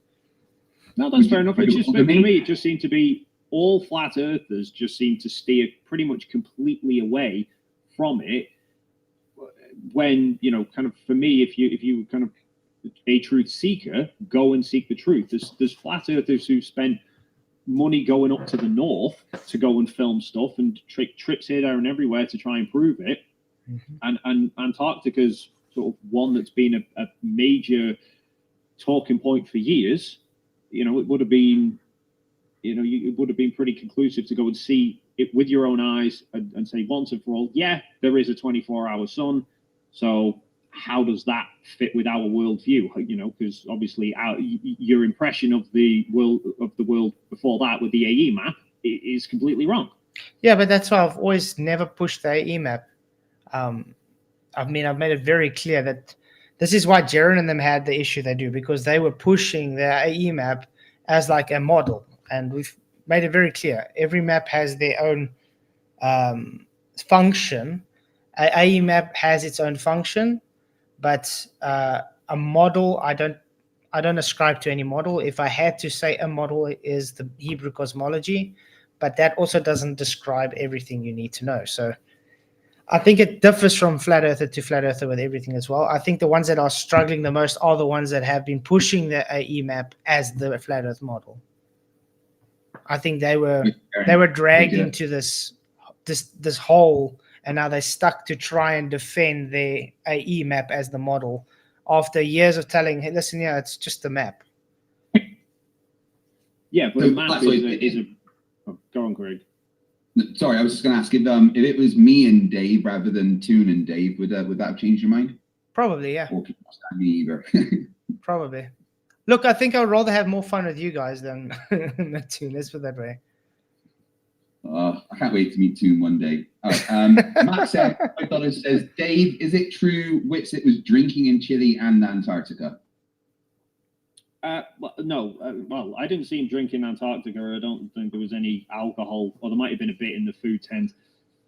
We went out for meals most nights. The few nights we were in Chile, we generally went out together as a group for meals. And, there'd be like a bottle of wine. But, I was at another end of the table from Austin just so I could keep the fucking volume from him as low as possible so I didn't have to listen to him. So I wasn't paying too much attention as to what was going down his throat. Lisa499 says, who lies more, Flatzoid or Whitsitt?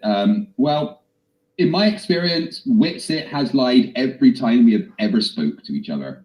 Whereas Keith told me that I'm good looking, so, And that's not a lie. I mean, come on, look at me. Yeah, it was arm day today, so I was really excited the other day. I got my first vein on my arm. I was like, what? I've seen that before. Yes, Joe, read my name. Read it. Yes, louder. Yes. For 2CHF says this is going to be one hell of a rewind tomorrow. Thank you.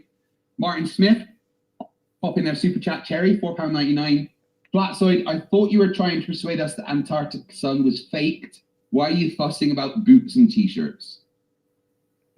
It was just a question because people are wondering what's with all the symbolism. Do you think it's just people seeing symbolism where there isn't any? No, I think there's a lot of coincidence to it, which is odd. Well, I'll put it this way. I don't know. Most of the things that I now know as symbolism of Masonic rituals, I only know about it now since that people have been pointing out, this is Masonic and that's Masonic, because I've not wasted any time looking at any of it. Right, the Turtle Moves for £2 says, for Flatzoid, why does it matter to Flat Earth if Whitsitt vaped? Because he was being deceptive and he was supposedly a spokesperson for us. So we have to call him out for his deception. It's as simple as that. But like I said, if he just admitted to it in the beginning, it would have been that, fine, and move on. But he painted a target on himself with neon arrows saying, yeah, just carry on, you know what I mean? So he did it to himself. Flats Veritas in chat says, why did you lie about me half a dozen times in the space of 1 week? I didn't lie about Veritas.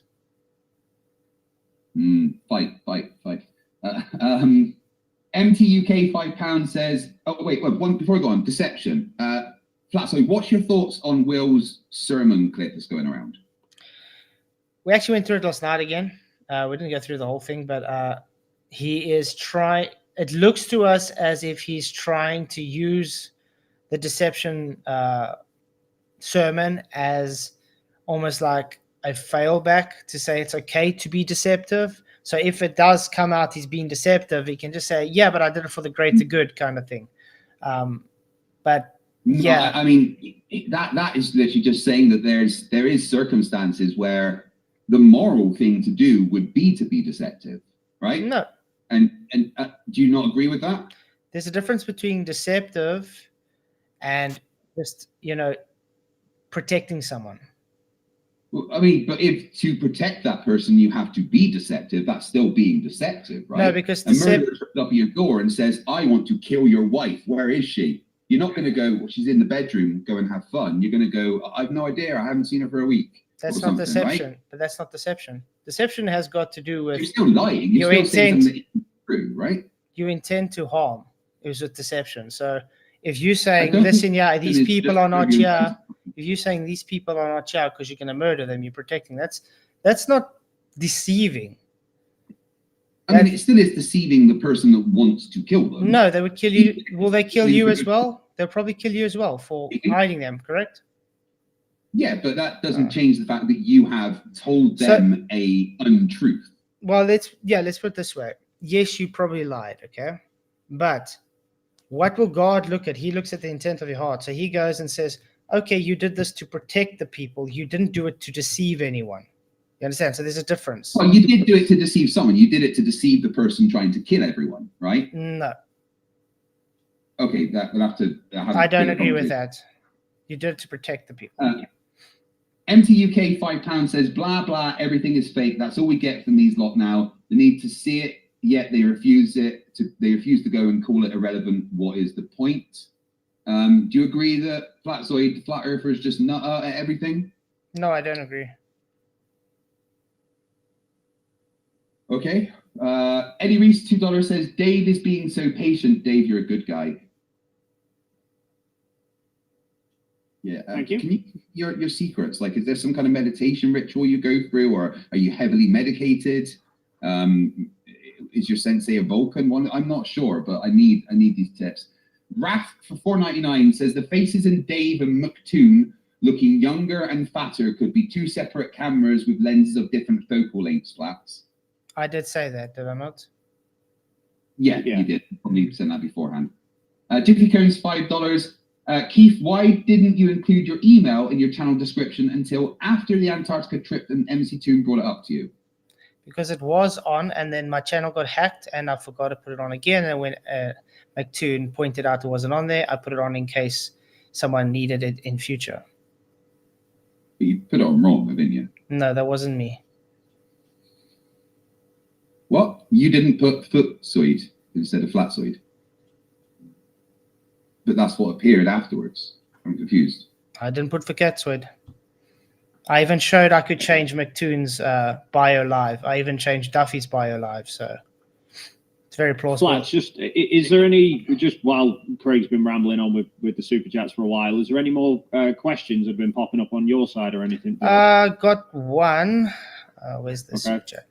It says, when is anyone on TFE going to sign an affidavit with Notary Public as witness they seen a 24-hour sun in Antarctica, so it can be matter of public record? Well, I've got no issue signing whatever to say I saw a 24-hour sun, but I doubt even signing an affidavit is going to let flat earthers believe that it actually happened. I mean, an affidavit, David, is a legal thing, and there's no case against him to be able to have to sign something like that. So, I mean, I was going to say, I've got no issues with standing up in court, but it seems like a waste of the court's time. Yeah, I'm waiting for Flat Earther to take me to court. Several have tried. Adam R, 2 Canadian, with their third super chat channel, says super low humidity. Dave, was that a reason the sky was so blue? Could well be. It was pretty high altitude and pretty low humidity up there. So Fuckazoid, €2, says Flatzoid, what is the conclusion then? Fake or not? In between. Progress. But you've had some red flags. You know, Dave has answered some things for you, which is good, right? Yeah, and I appreciate it, like I said. And please, if there's any other questions from your side, feel free to ask Dave whilst we're going through this. Artful Dodger, $2 says, for the final KO, bring up the email typo. Well, Flatzoid says he didn't do that.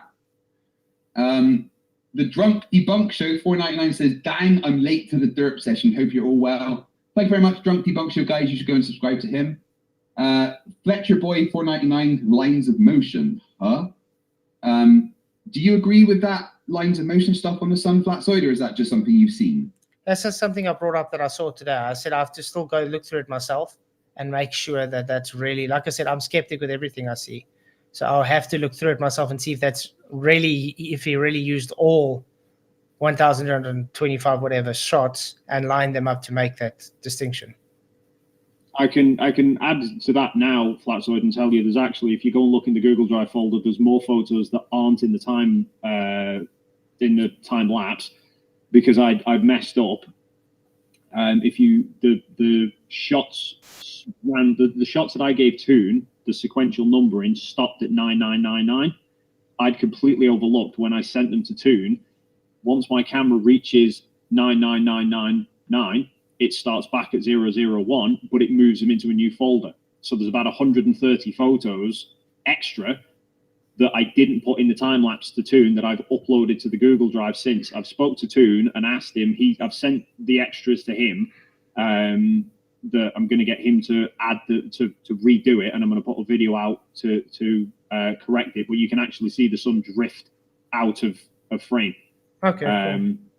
So yeah, there's actually more than the 1200 that I put in the time lapse originally, and the 3 that are at the start, I realized I thought I took them when we first arrived at halfway point, and I was setting up. They weren't. I took them at Union Glacier Camp when we first arrived there in the first place, and then there's about a 3-hour gap, which was where we were doing the tour around the camp, waiting for our luggage to arrive, and then they took us up there, and then I started setting up. Okay.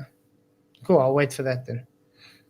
But like I said, I'm definitely going to check through it myself. It's just something I saw them bring up. Yeah, I just thought I'd point out there's actually more photos in the Google Drive now than there are on the time lapse, because I'd messed up and not sent them all to Toon in the first place. Mm-hmm. Lisa499 says, Flatzoid, how did they fake simulations, live streams, walking around showing 360-degree view? And can you prove that you aren't fake? No comment. Dave, can you prove you're not fake? I was going to say I could slap myself, but no. I was thinking the same thing. Now you've got to do it. I think both of you need to slap yourself. I was close to it, and then I thought, no. Derek the Dullard man for 19 months says, hey, Craig and Dave, I suppose hello to Keith too. Equal opportunities and all that. Happy New Year. Happy New Year, Derek. Thank you. J Bird Max, member for 18 months, says, Flatzoid having everything is fake on his mind so prevalent. His brain MRI shows a fake brain. We already knew that, though, didn't we? That's just insults, so we don't need to get them to answer that. Mr. Toffees for £2 says, if Flats was invited to a space trip, would he go? Depends what space you're talking about. Well, if you've got a chance to go on, say, Jeff Bezos' penis ship, you got nice and high in the curve, would you? It depends. It'll be a nice little roller coaster ride. Yeah, I don't know if I want to get into a big penis, to be honest.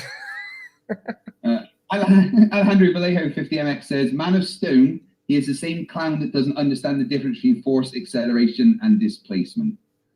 Oh, digging at you there, Flatzoid. Any thoughts? Yeah, the guy doesn't understand relative density theorem, so he projects it onto me. CJ Lamrix gifted one, fuck you, Ashton. Stephen Jarvis, £5. Could you ask Keith if there's any questions that Dave didn't answer to satisfy his doubts? And if there is, could please Dave verify them now? None that I can think of right now, because it's 1 a.m. in the morning. Just going to try and get through these super chats for you so you can get away. Lord Luminous Poo for $2 says, Flatzoid, don't run and don't nutter. Where is Voyager? Voyager's at where it sits at the moment. I don't know. How do I know? I'm pretty sure I got lost in the Delta Quadrant after the caretaker pulled it. It's definitely not in space, though, because it violates natural law, so. No, it doesn't. Lord Luminous Poo, $2 says, 2,000 watching, but 400 likes. Fix that, yo. There's like 700 likes now, but yeah, thank you very much, guys. Aaron, 299 Flatzoid, why are sky flares visible further than hand flares? What? Huh? Why are sky flares visible further than hand flares? I have no idea what he's talking about. I think he means where if you got a flare on a stick versus a flare gun, why is it that you can see the flare gun further than you can see someone holding a flare? High elevation, I guess. Yeah.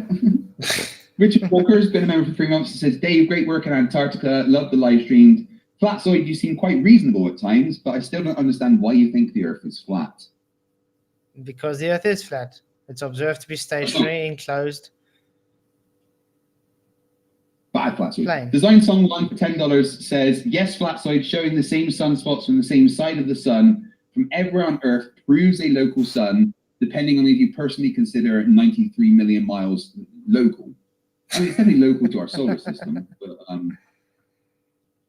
yeah. Do you disagree with the observations of the sunspots verify our predictions? No, I haven't really looked through them yet to make that distinction, but it definitely doesn't show 93 million miles away. Max M became a member. Thank you. Richard Walker, £2, one for the target. Yeah, it's going to be after the show, guys. Don't worry.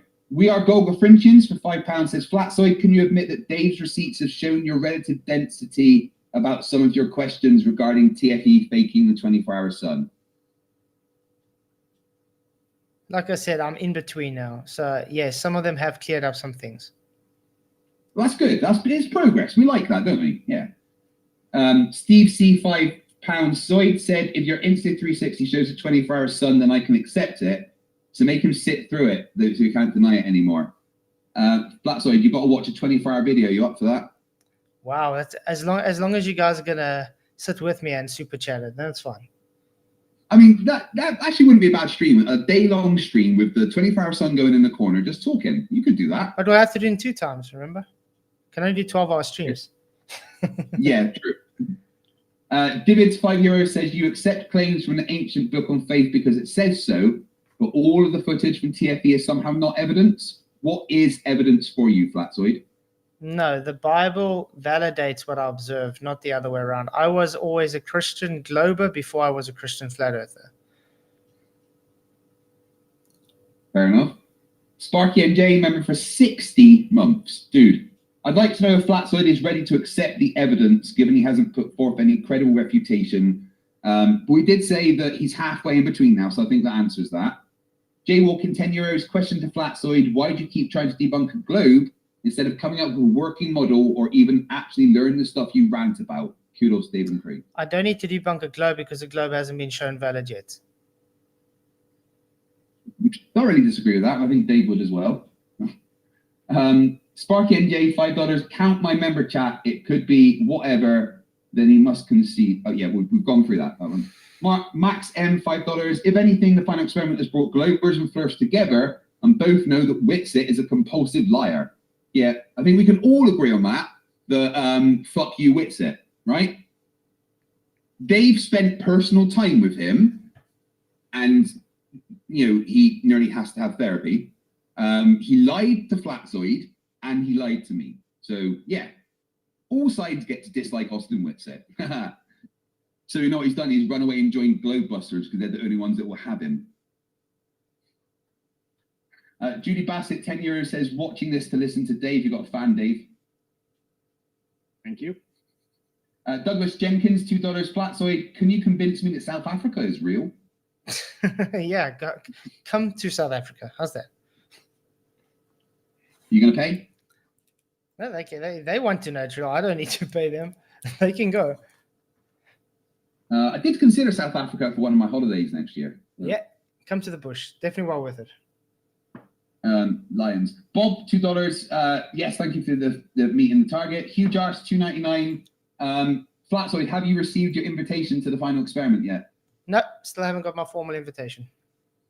What's a formal invitation? Yes, to personally contact me in either email or tagging me or anything. Here, none of this has ever been done.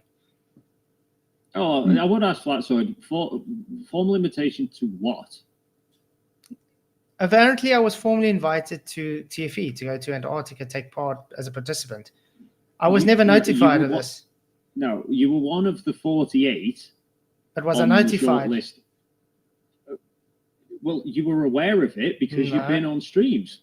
No, people were telling me, you're invited to go, just like they've invited Michael Kahn, they've invited Sov, they've invited PJ, invited because the trolls, literally, since this whole thing come out, you guys are all going to Antarctica, you're all invited to go to Antarctica.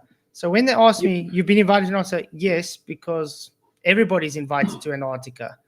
The difference is I said I'm not formally invited by Duffy because he literally didn't invite me. Will didn't formally invite you because he wasn't offering to, he never gave you an offer to pay for you to go. The 48 were people who were potentially in the running to have a paid for spot, or you could interview Will about the final experiment on his channel, or you could put forward a suggestion of how to basically avoid all of these questions that you've got now.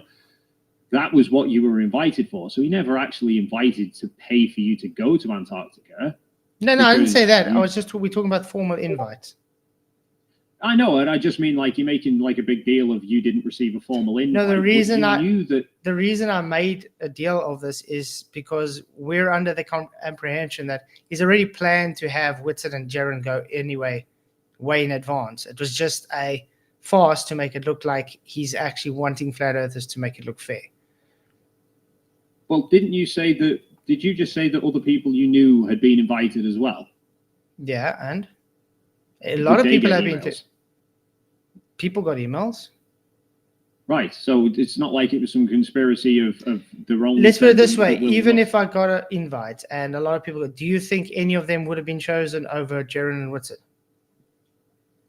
Well, Flat Earth Dave had the first. In fact, no. There was a poll put out. Will put a poll out. He gave 4 people and put a public poll. If they'd all turned it down, it then would have carried on to whoever else. Yeah, and who's got the biggest platform in the Flat Earth with subscribers? Would be Jaren and Whitson and Dave. Would be Debay. Yeah, but Debay put it down anyway. Yeah, but he turned it down anyway. Yeah, he did, and so did Dirth. But I mean, to be honest, I was openly convinced that Austin and Jaren wouldn't have taken it. Yeah, me too. I was convinced that I was absolutely convinced that all 4 of them on that list would have rejected it because they weren't interested as to whether there was a sun or not. But then, like I said, there was also the golden ticket draw that came out. I don't agree with that either. All the rest of you. But I don't agree with that either because Jaren spoke before that. He was very heavy into the sun. He was talking about the sun that could prove things, and the same rigmarole always fighting against us, trying to tell him, don't say this, don't say that. You know what I mean? So, no. Yeah, but then that's like Dean Odell, who sat on stage and said, let's go to Antarctica, and if the sun circles around us, it's a globe. And he's since come out and said, the 24-hour sun is Satan in the sky and refused to trip. So, yeah, but this is why we're saying a lot of us understand that this whole thing's based on deception. Nobody trusts Duffy because from his get-go, he's been deceptive about this whole thing. So that's why a lot of people are very skeptical about most of the things coming out. In what way been deceptive?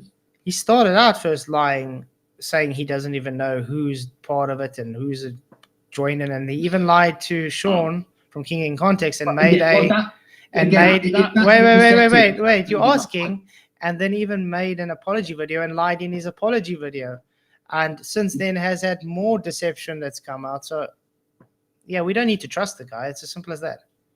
Well, fair enough, but then there was also the option of, like I said, there was like, if you didn't trust Duffy, surely having someone independent come along to keep an eye on him would have made more sense. And yet nobody put in for the golden ticket, which wasn't Duffy. In fact, Brian Leakey did, and he seemed to get a shit ton of flack from flat earthers because he put his name down for it.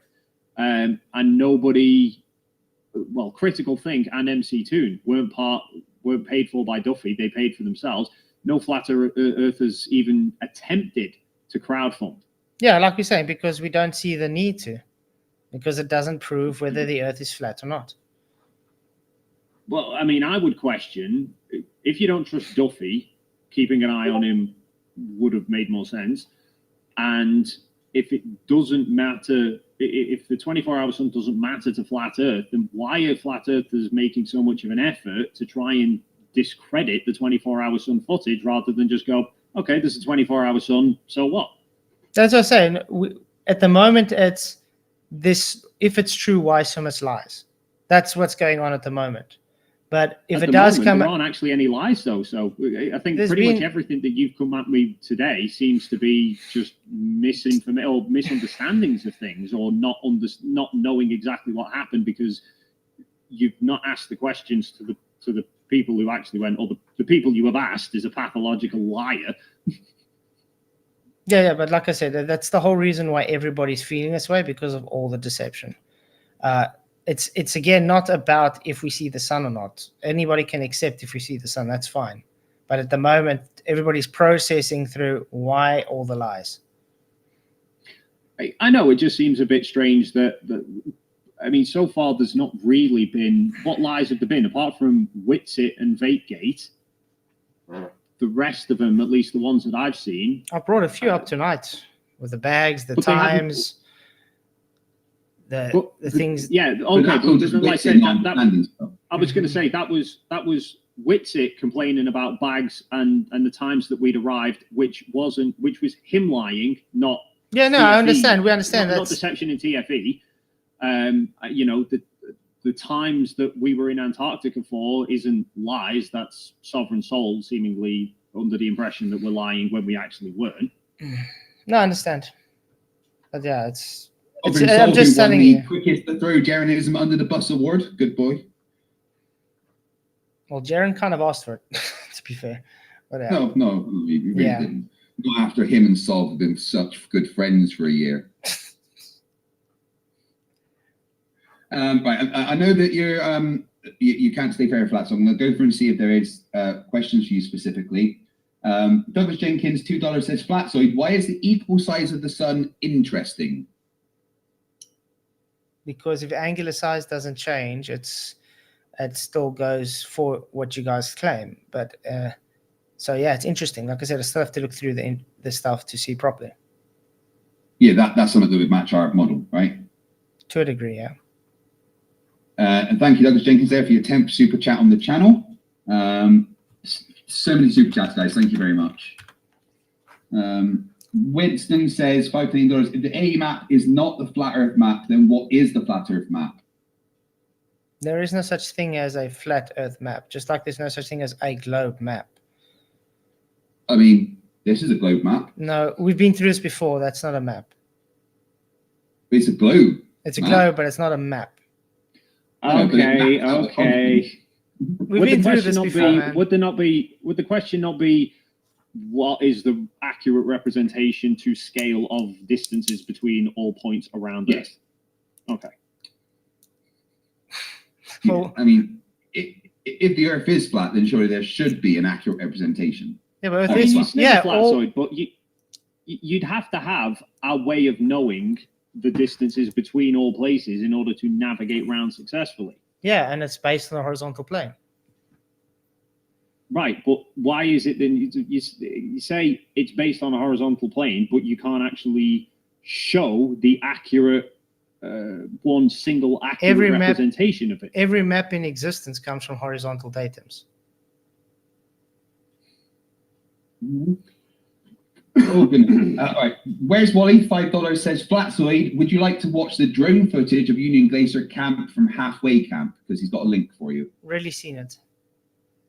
Okay. No, you've not Isn't seen it that the- one from So this Duffy is, that's this put is it up? the unseen one, Different one. I think. So yeah, so the one that Wally's got, which I mean I could bring it up here if you want, it shows the 360 circling around that we'll publish, but it's also got the full descent as well.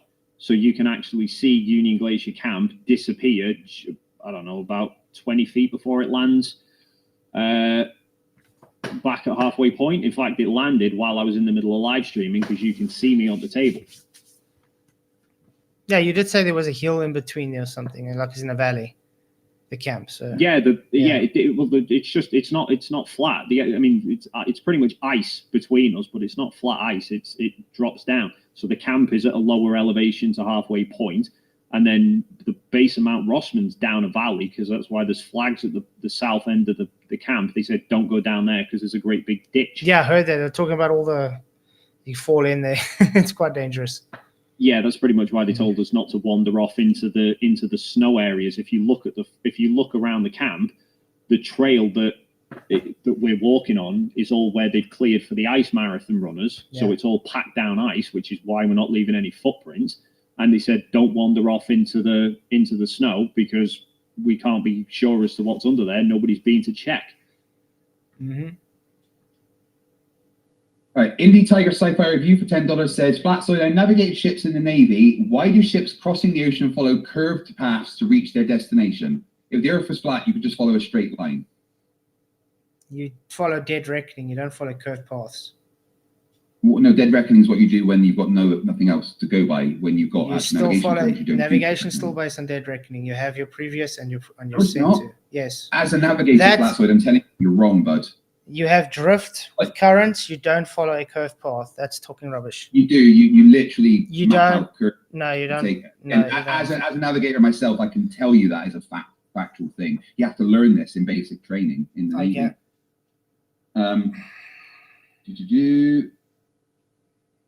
Real Goggle Frinchin says, instead of going to Antarctica flats, why don't you buy a round-the-world airline ticket, see if the route matches the globe or a flat Earth? He's going to pay the money for that. It's probably going to cost more than going to Antarctica. Surely with the 2,000% increase in your channel, you can afford that by now, right? Oh, look, another Globus. Congratulations on the hundreds of viewers, though. It's good to see you getting more views than Nathan Oakley, which is always nice. You know what, guys? Another guy porn bombing my Discord again. Thank you very much. Okay. Yeah, I encourage none of my people to ever do shit like that. Thank you, Globers. It's the same guys again with the same shit stuff, and it's always the Globers doing this. Why? It's the, Well, by the way, this is the fourth time I've been porn bombed in the last 3 weeks. Yeah, don't do that on my side. 100%. I do not agree with that. I've had it happen to me. It sucks. Thank you very much, Gideon guys. Sampson says, flex for us, FTFE. There we go. Magnus Build says, Flatzoid, can you explain the OTH targeting I use regularly on my ships that must take curvature and Coriolis into account? And thanks for your super chat cherry being popped. Explain it. Uses calculations based on line of sight, probably. I don't know. I don't know the system, so I can't tell you. And I'm not going to act like I do know. Anyway, it's 1:15 in the morning. I can't sit here all day. I've got to get up for 3 hours to get up for work, guys. No, that's fair enough. Lads. Are there any other closing questions from your side before you head off? Or doesn't look like it. Just the affidavit one again. Okay, fair enough. Let's see if we can get them to sign an affidavit. Did they do that? Maybe that'll shut some people up. All right, Flatzoid, I do want to say thank you. I know it is late for you there, stupid globe and time zones. I know you've got work on, so I do appreciate you taking the time. Thank you very much. And, hopefully you and we still need to continue our gravity and thermodynamics conversation as well. Yeah. Hopefully you'll do better than... Great question. Professor Phil Bell asked, would you like to take some physics classes on my channel? Why? Because he'd like to try and teach you some physics. He tried to come on here and try to teach me thermodynamics, and at the end of the day, he couldn't get anywhere. Well, the offer's there if you want it. But yeah. By the way, I'm still waiting for Phil Bell's demonstration that he promised us over a year ago. Well, maybe if you agree to the classes, he can show you that. But yeah, I do appreciate you taking the time, Flatzoid. So I'll speak to you soon, all right? Okay, sure. Thanks for coming. Thanks, Dave, again. I appreciate it, man. It was a great discussion. Blessings, guys. Right. Bye, Flatzoid. Cheers. Take care. Where is it? Leave meeting. There we go. Wow. Wow. What a crackhead, man. From Phil Bell, physics lessons. Hell no, I am not attending. No. What was that shit about Jaren's good friend and shit? Let me tell you something. I've never met the dude in person. I don't even know his wife's name. I did a weekly show with him, and I was suspect as to why they had me on there in the first damn place. And I was the only guy on the whole panel that didn't have a wrench in the fucking chat. Wow. So yeah, that's a bit weird. So what the hell, good friend? And I knew they was going to try to play that fucking bullshit on me when they got back with this. And I was like, don't even try to play that you're my good friend card. You betrayed me. Dude, shut the fuck up. I've been suspect of you for years now. But yeah, I did what I actually wanted to do. Just ask him a few questions and let him talk. There was a few things that were sus and a bit contradictory as well. But yeah, we're definitely going to have to go through for what he said. Do I trust everything he says? No. Hell no. Do I do accept some of the things he says? Yes. But do I just accept everything? No. There's still No, you some had things some, that just don't add up. you had Ugh. some unbelievers in the chat, no BS was like, oh, Flats is just taking a dive. He's just agreeing with everything Dave says. And look at Dave's body language. He was uncomfortable. Look Yeah, at no, him. all I was doing Kept was just looking asking down, dude. He questions. did. All I was doing is just asking questions, let him talk, and that's it. And I keep to this. I did enjoy this chat because I got more out of this than I got from talking to anybody about TFE yet. Sure. So, and I think it's made a lot of things for other people to also. I wish you would have pressed him on that time. I wish you would have pressed him more on that time and say, now, wait a minute, hold on. You got in there early on the 17th, right? You got time to sleep in on the 18th. You're going to be there an entire extra day that you would have been in Antarctica. Where's any kind of accountability for that time period? What did you do during that time period? You can't tell me that you slept and shit that whole time. You just sat in a hotel room. You're in another country you've never been to before. I just want to get hold of that Jonathan dude.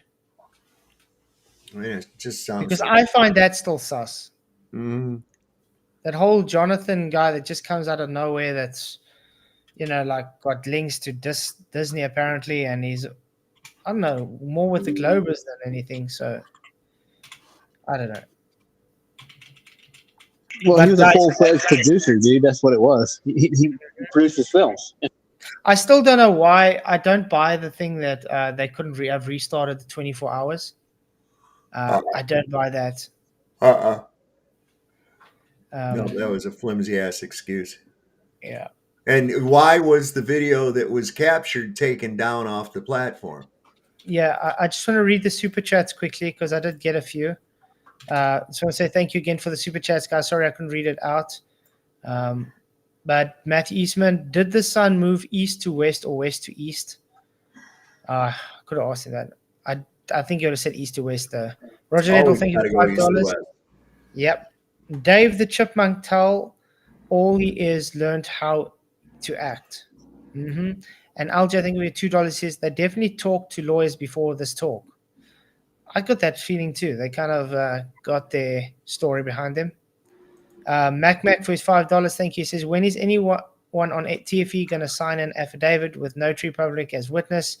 They've seen a 24-hour sun in Antarctica, so it can be a matter of public record. Again, Mac for another $5 saying the same. Dave, as soon as you sign the affidavit that you're not misrepresenting the truth, we can see you use the source, there's a 24-hour sun or not, in court. Mac again, we need Dave to sign the affidavit so we can determine his documentary will have a disclaimer. It's based in natural science or science fiction. Thank you very much for the super chats. Appreciate it. You guys rock. Wow, I do need sleep. Well, I'm going to tell you this much, Flash. He has to protect his documentary. He's going to lose all the money and time he put at Dave himself. He'll lose all that. He can't afford this to be a fraud, so they're going to do anything they can to make it look legitimate. That's just my opinion. Yeah. But like I said, it's difficult. There's so much things to go through as well. Yeah, you can't just accept anything you said. What I find a bit backhanded though is, will you accept if it was a flat earther? Yeah, I'm skeptic about anybody. It doesn't matter who the person is. That's what we truth as well. Why do they think we call out flat earthers for shit? It's exactly that. But yeah, I would like to see them try that facing directly south, because I know from experience, where I lived further south to where I live further north now, I don't look directly south to see south to the Southern Cross.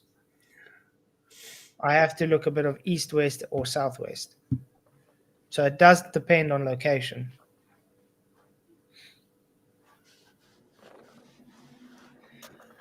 But yeah, what do you guys have to say? 8 minutes, then we can close, because I got to get up for work almost.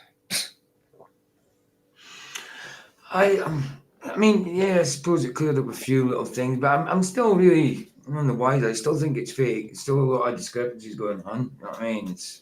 It hasn't explained, or it hasn't made me think there's a 24-hour sun, because certainly I haven't seen any evidence of that yet. Again, Not a problem with there being one, but I haven't seen any evidence for it, and he hasn't convinced me. I mean, it was civil enough, but I'm not convinced. I think he was uncomfortable.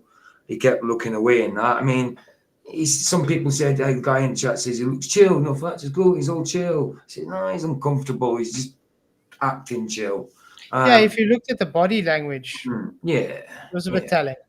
I'm not convinced. I'm still skeptical. Still skeptical, completely.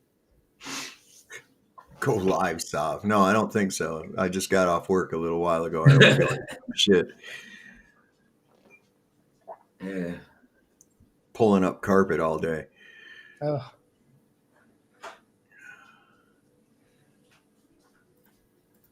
Well, it's good to see you. I'm happy you guys enjoyed it. Yeah, I was letting him talk because I think that's the way to do it. Yeah, that's what I told you to start with. Let him do the talking. Do I really buy the Mason thing though?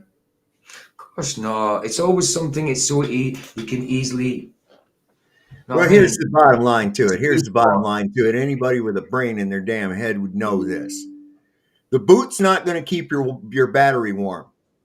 Okay? The only reason that the boot is warm with your foot in it is because it keeps the heat from your feet from escaping through the boot. No other reason. If you don't believe me, go set your boots out on the doorstep tonight. If you live up here in the north where I live, put your boots out there on the porch overnight, and then go put them on in the morning. See how toasty warm they are inside. Come on. Yeah, guys, the polls have been 464 votes. Antarctica, TFU Sun, real or fake? Fake 39%, real 44%, not sure 17%. Yeah. Yeah, I wonder if anybody came over here from on Craig's channel to vote in that poll. Because it was different like 2 minutes ago. Yeah, that's because they're a bunch of little skeevy ass liars and perverts over there is what they are. Yeah, I mean, it was almost like 90% fake. Now all of a sudden it's 44% real. Sure. So, but yeah. That's why I turned my shit on to subscriber only mode last night. You had to be a subscriber for at least 30 minutes to be able to comment. I want to pop off here, but I want to say you handled it quite well. It was beautiful. I liked it. That was a good discussion. I've changed mine to a minute. I've changed mine to a minute. I used to have it subscribers only, but they can comment straight away. But now it's a minute. Yeah. Well, nevertheless, it still didn't stop. So the same asshat that tried to porn bomb me the other night, same guy came on. Which I don't think it's that guy. I think that's a little video. If you let it play long enough, it'll go right to that shit. But so it's something going around, and these assholes have it on their computer ready to go up on there as soon as they can get to it because they're little evil demons, dishonest shitheads, and good. Their time is short. It's not going to be much longer. Go ahead, do your worst, man. Do your worst. It's not going to help you any. That's it. They've only got this time. They've only got the time while they're in a physical body. After that, you're not good. You're not good. No. But yeah, so I say thank you guys for coming. Sorry we can't have a long after show. Yeah, no worries. But it's 1:30 in the morning. I'll get up in 3 hours. Yeah. So I'll see you guys tomorrow night because tonight's going to be PJ doing his show. He's on Tuesday nights. Sav, you're also going to have a show probably? Not tonight. No, I'll go on tomorrow night. Absolutely, a Tuesday night. I'm beat. I'm bush beat tonight. I didn't go to bed till after 3 o'clock in the morning last night. And my boss was supposed to call me if we were supposed to work today, and he never did. So I just assumed that we weren't. And then this morning at 9 o'clock, he's hey, Dave, was I supposed to call you? And I says, well, yeah, you were supposed to. Oh, he says, my bad. He says, can you come on down here? I was like, yeah, sure. Just give me a little bit. I'll be there, right here in town. So it's not like I got to commute too far. I think it was about a minute and a half commute from my house to where we had to go today. Okay. Cheers, guys. I'll see you then all tomorrow night. Many blessings. May the pressure with you. Hit those likes. Share the show. And yeah. Cheers. I'm made for something true. In God's plan, my path renews. Fly